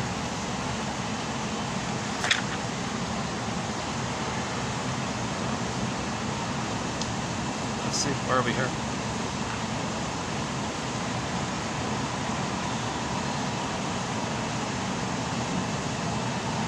At best, passive aggression makes you doubt your reasons. for loving and appreciating the things that you do. At its worst, passive aggression reduces your world by destroying your capacity to enjoy your favorite things. Who will you be in the future if this behavior continues? So the passive aggressive person, at best, they might wonder, where's my real joy? Where's my blue jay? Where's my beingness? They love the superficial, discerning. They get like a pseudo pleasure, like a fake pleasure of blowing off steam, of getting their anger out on others passively, covertly, but they got their anger out covertly. So their anger is expressed covertly. When they withdraw, give you the silent treatment, and they're supposed to communicate. No, I don't communicate, I withdraw. It's an angry, passive anger thing, right? So maybe at best they finally realize, they enter the labyrinth when they say, hey, I'm not really happy here. Otherwise, who will they be if this continues? Yeah, passive aggressive people use silence, secrecy, dawdling, sin of omission, withholding. A lot of withholding and not returning calls and emails.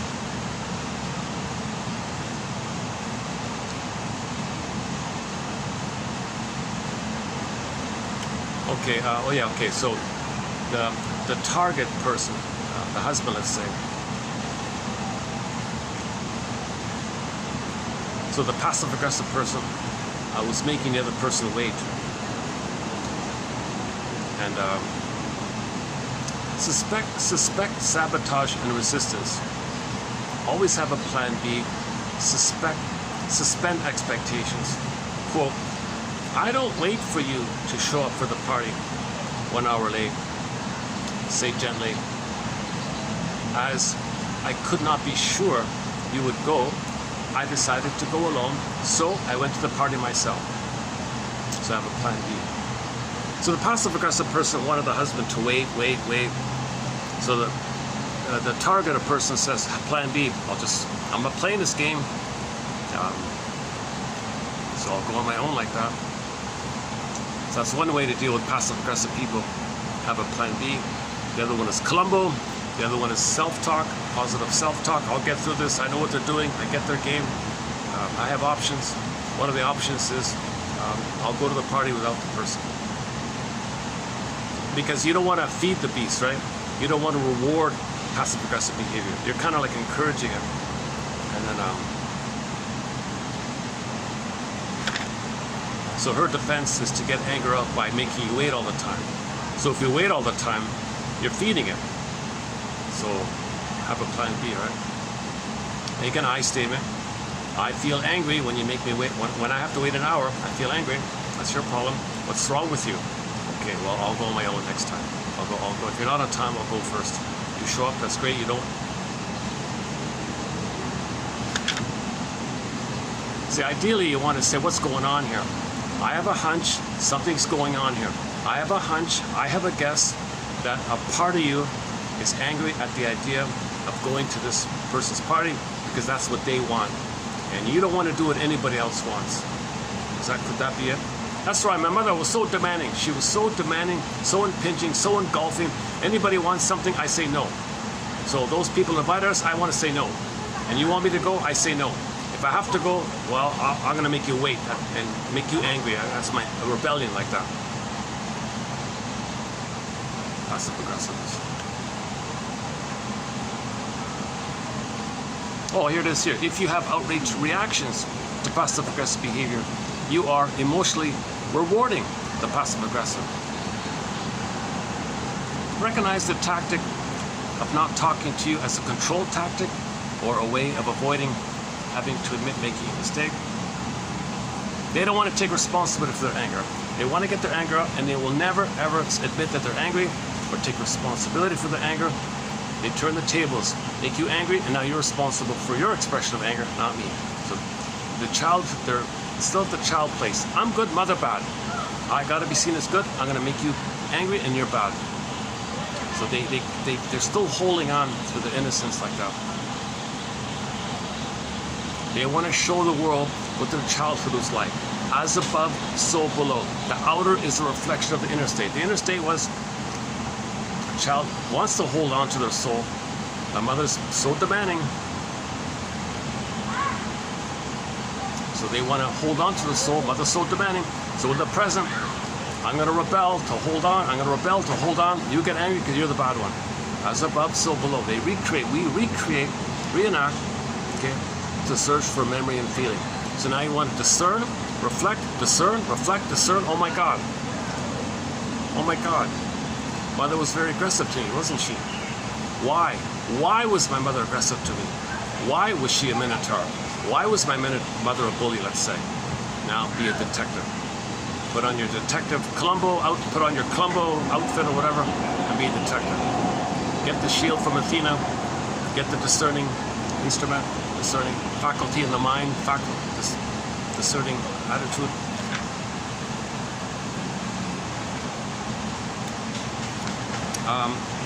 When you refuse to talk to me, I feel sad and upset. Both of us get angry with each other. Both of us angry with each other is harmful to our relationship. When you don't talk to me, when you give me the silent treatment, I make wild assumptions that further distance us. We are two intelligent people who can talk this out. Come on, we're adults here. What do we really want in our relationship? Angry silence or problem solving? That's more like that's one option. That's one option to deal with the passive aggressive person. To make an I statement. Okay, when you give me the silent treatment, I feel sad and upset, and then I think this is harmful to the relationship, and then I start making wild assumptions. We're more distant. Let's put on our adult. Let's focus on the adult side of us. Let's discern that the present is not the past. Let's discern that we're adults with adult options here. So what do we want in this relationship? Angry silence, or problem solving? Working together, cooperative working together, problem solving. What do you want? How about you? What do you want? Sounds like an either or, huh?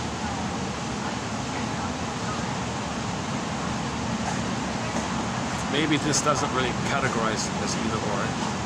Maybe this is a both. What about a both and? What if I give you some angry silence and some problem solving? I'll take it. I'll focus on the problem solving side. I don't know. Let me think about that. For the situation to change, the passive-aggressive person has to be responsible for their shortcomings.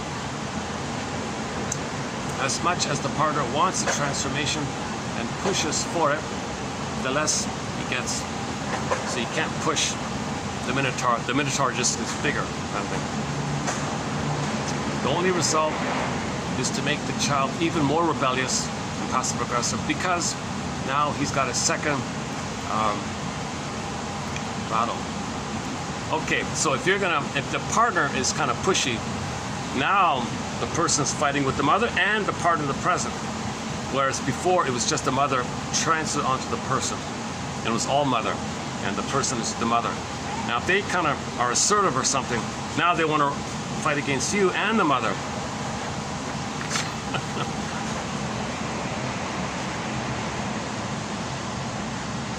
Not against the parents, like the first time, but against the spouse as well.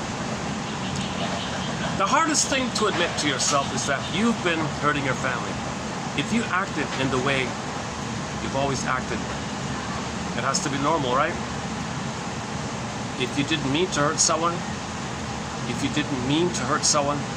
do you still have to take responsibility? Unfortunately, being an adult means that you do.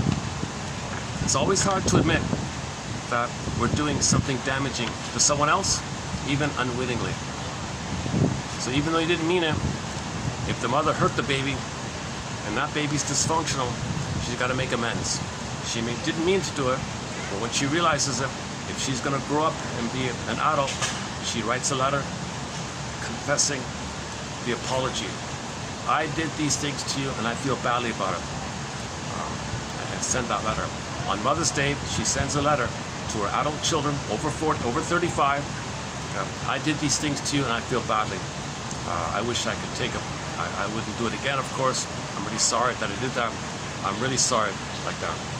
Every year on Mother's Day, mothers who have children who are over 35, okay, one suggestion here on behalf of this channel is that they write letters to their adult children, coming clean kind of thing. It'll help them to heal. Yes, there's a risk they'll never talk to you again. That's the risk you got to take. They might be angry for a while, but usually the receiver who receives the letter, oh my God, click, click, click, now this makes sense. Click, click, click, oh, I get it now. You're helping build a story. They want to get the story. There's a relief like that. And they might turn around and say, thank you for telling me the story. I appreciate it. There must be something in you that's something healing in you, that if you're willing to do this, you're healing if you're willing to share and make amends and share your feelings, because now you're developing an eye. It might actually start a whole new relationship, often. But there's the risk they'll never want to talk to you again. I can't believe it. You're such, like, I can't talk to you anymore. I'm always reminded of that. There's a risk like that. Yeah. And fathers too, not just mothers.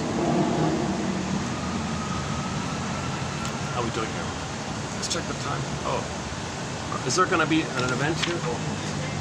Oh, the people are pouring in. Okay, let's wrap it up here.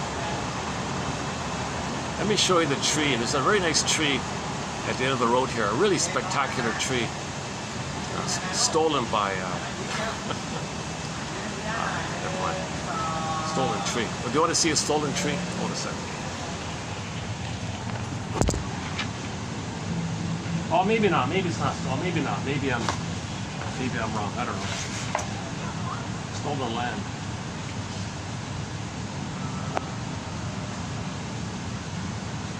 I'm sick.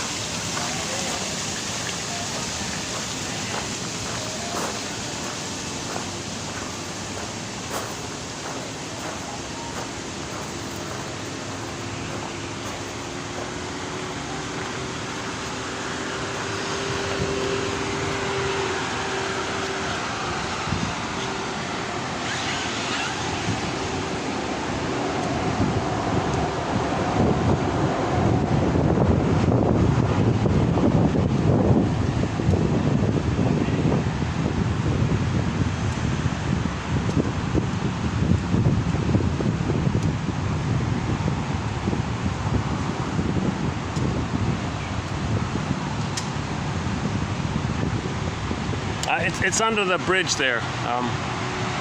It's across the road under the sky bridge, under the sky train tracks, behind the white fence. Can you see it? Sort of. Yeah, you can't really see it too high.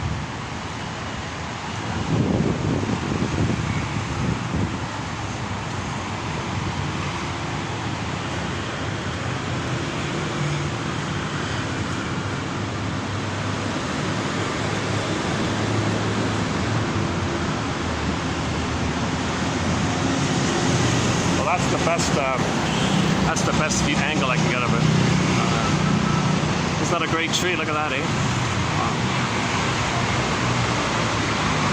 All right.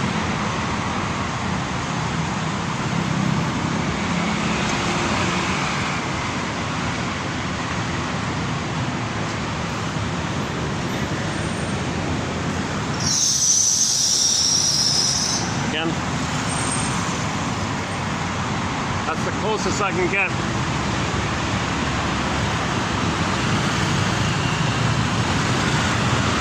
Again. How do I keep the light on here?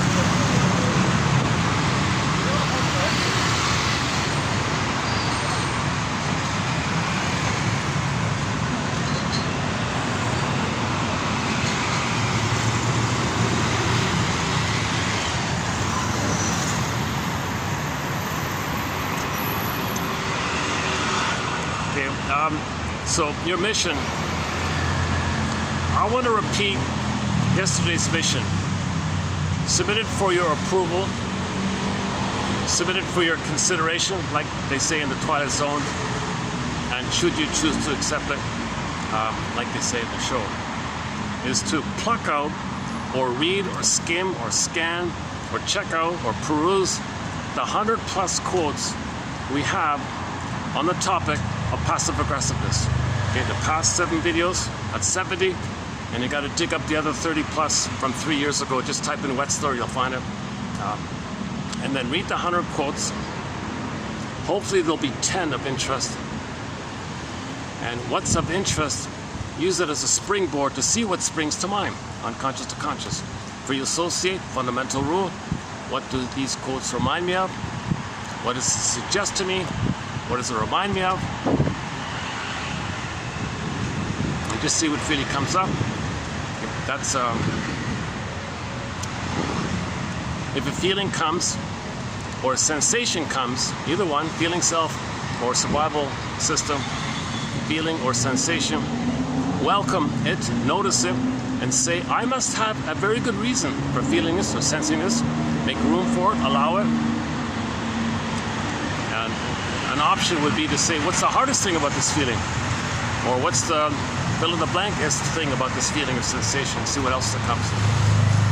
Now, sometimes it'll scoop away. Okay, that might be the Minotaur, that might be Medusa. Okay, oh, there it is. Oh boy. Okay, that's when Mother said, I can't feel, I can't have peace, I can't have feeling. That's the gobbling up. So the resistance is the gobbling up kind of thing. I think it seems to me. Or at least notice when there's a block. At least notice when there's a block. And then just be aware of when the block, like what were you feeling just that moment when the block came in, kind of thing.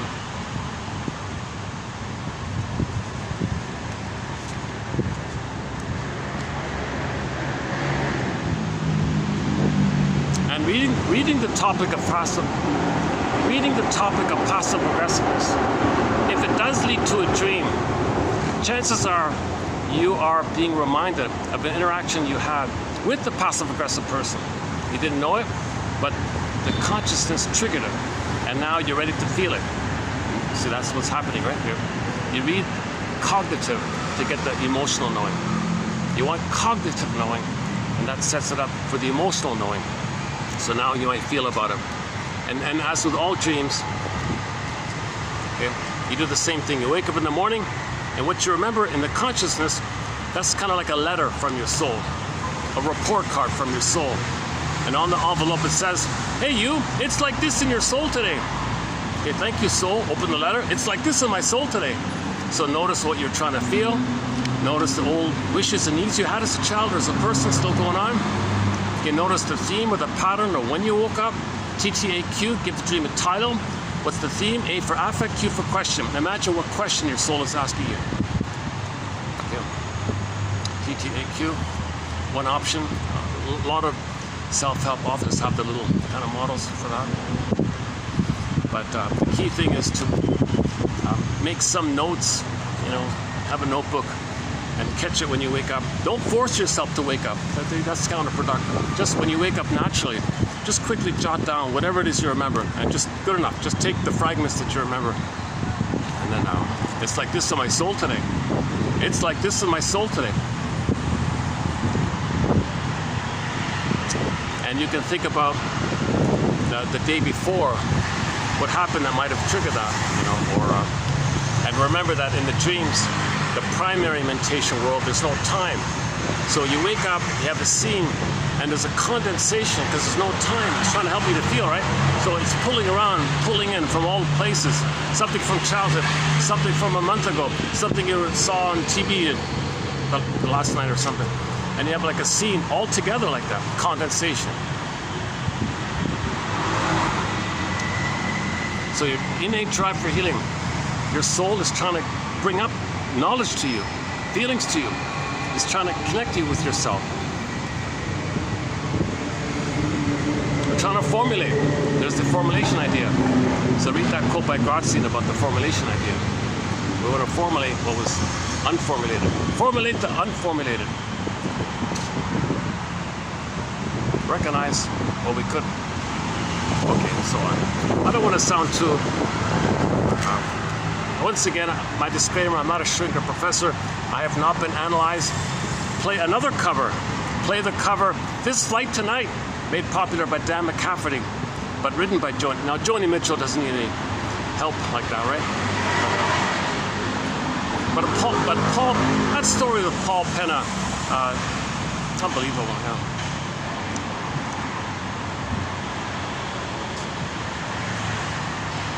Nobody sort of, the one time they put him on stage, it was to use his skin tone to make everyone associate his skin tone in an unpleasant,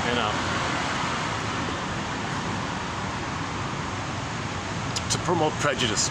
They used his skin tone to promote prejudice. Can you believe it? The poor guy's blind. It's the one time you put him on stage because he wrote the song about the. Okay, enough of that. All right. Burglar. Read Burglar. He has a. He spent a lot of time with the K Street people, the PR people, whatever.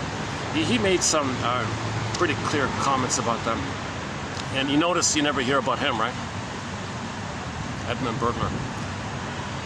We have a lot of great quotes by Burglar in our collection. He's a major contributor to psychoanalysis. 24 books, 300 papers, my goodness.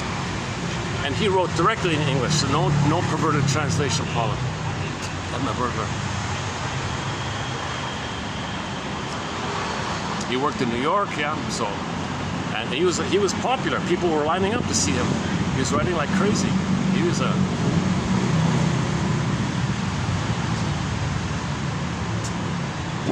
So he's famous for the writer's block expression. Writer's block. And he's got a book about money and one about marriage and divorce and all. Divorce won't help, he says. One of his lines is, do you think by leaving your mate that you'll be leaving your inner conflicts? Seriously? Oh no, your inner conflicts will faithfully follow you into the next marriage. Divorce won't help. So face your inner conflicts, save your marriage. If there's, okay, run to the nearest marriage counselor, not the nearest lawyer, whatever. Run to the nearest shrink, what he says, and save your marriage. So you can save your marriage, and marriage is an opportunity to heal. But you got to learn how to communicate. You need a little education about how the person or present is being used in your fantasy to undo the trauma that your mother caused. No, they can't. But you can be conscious of the past by making I statements. You're the hero. You're the one with the shield, okay, and the discerning. So each person has to be their own hero like that. And you have the support of the other person. You learn tools to regulate your emotions. You have some kind of ritual. Report your dreams in the morning. So in the morning, share your dreams. Again, from the Spellbound film, the shrink borrowed the Sonoy, indigenous people called the Sonoy and other indigenous groups who regularly interpret their dreams in a circle every morning as a soul hygiene, spiritual hygiene. They share their dreams, okay, to make embodied, and they feel safe to do so. So the shrink made a tribute to that in Spellbound. So the shrink had 2 visitors to his home. Dear visitors, and they were staying over, right? Good night, sweet dreams, which we will analyze in the morning, he said. So the couple can do that. They can have a ritual after they brush their teeth. That's physical hygiene. They can do a soul hygiene. So she shares her notes. He's just carrying witness. He passes the eagle feather to her. She passes the eagle feather to him. And just do 1 round of it, or 2 rounds. Just agree on 1 round or 2 rounds, whatever. And just leave it at that. Morning ritual. If no dreams came up, okay, then they can talk about what's on their mind at least.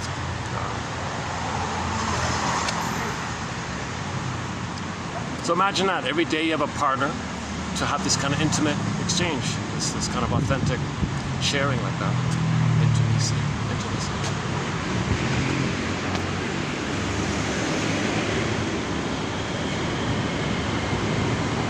Try again.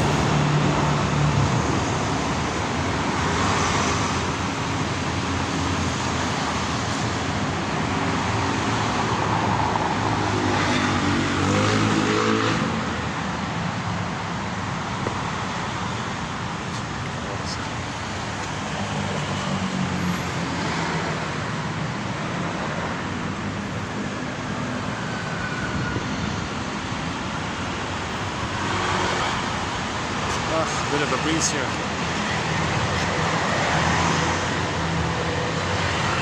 Any final thoughts here?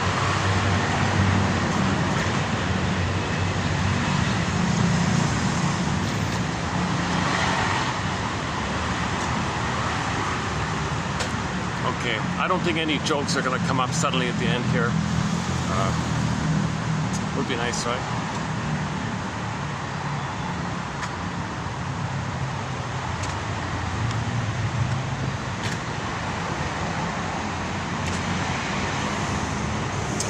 Okay, let's just wrap it up here.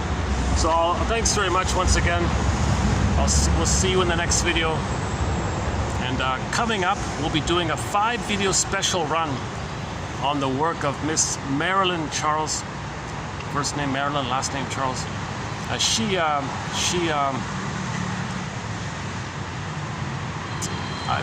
is a very reflective writer. You can feel the spirit of her reflecting going on. So we've got some good quotes of hers coming up. And then follow that, we'll be doing a little bit by Mr. Winborn. He's got a good quote about transverse interpretation. And then following that will be the current one. I did a preview of the Theseus, Perseus, those two like that. So some interesting material coming up. So I've done a preview of most of it, but we'll get into it again.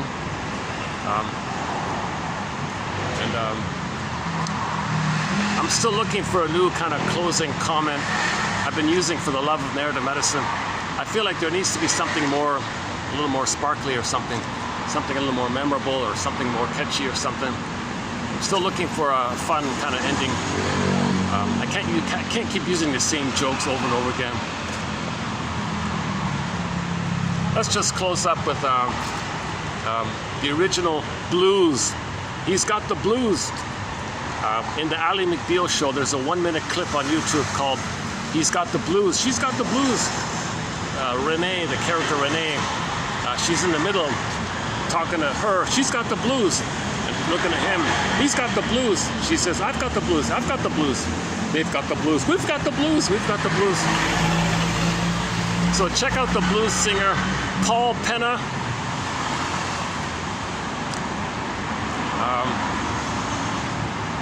At least know that he's the guy who wrote the Jetliner song. But nothing against Steve Miller. I don't know. I don't really know him that well, but.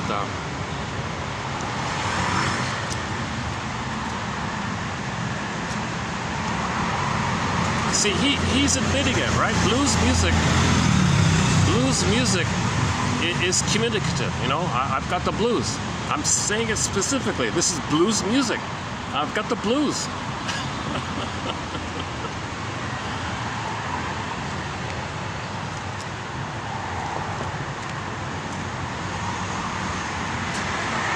Okay, I'll see you in the next video. Thanks very much. I'll see you in the next video. Thanks very much. Bye for now. Close up on the tree. Okay, I'll just point to the tree and I'll shut the video at the tree there.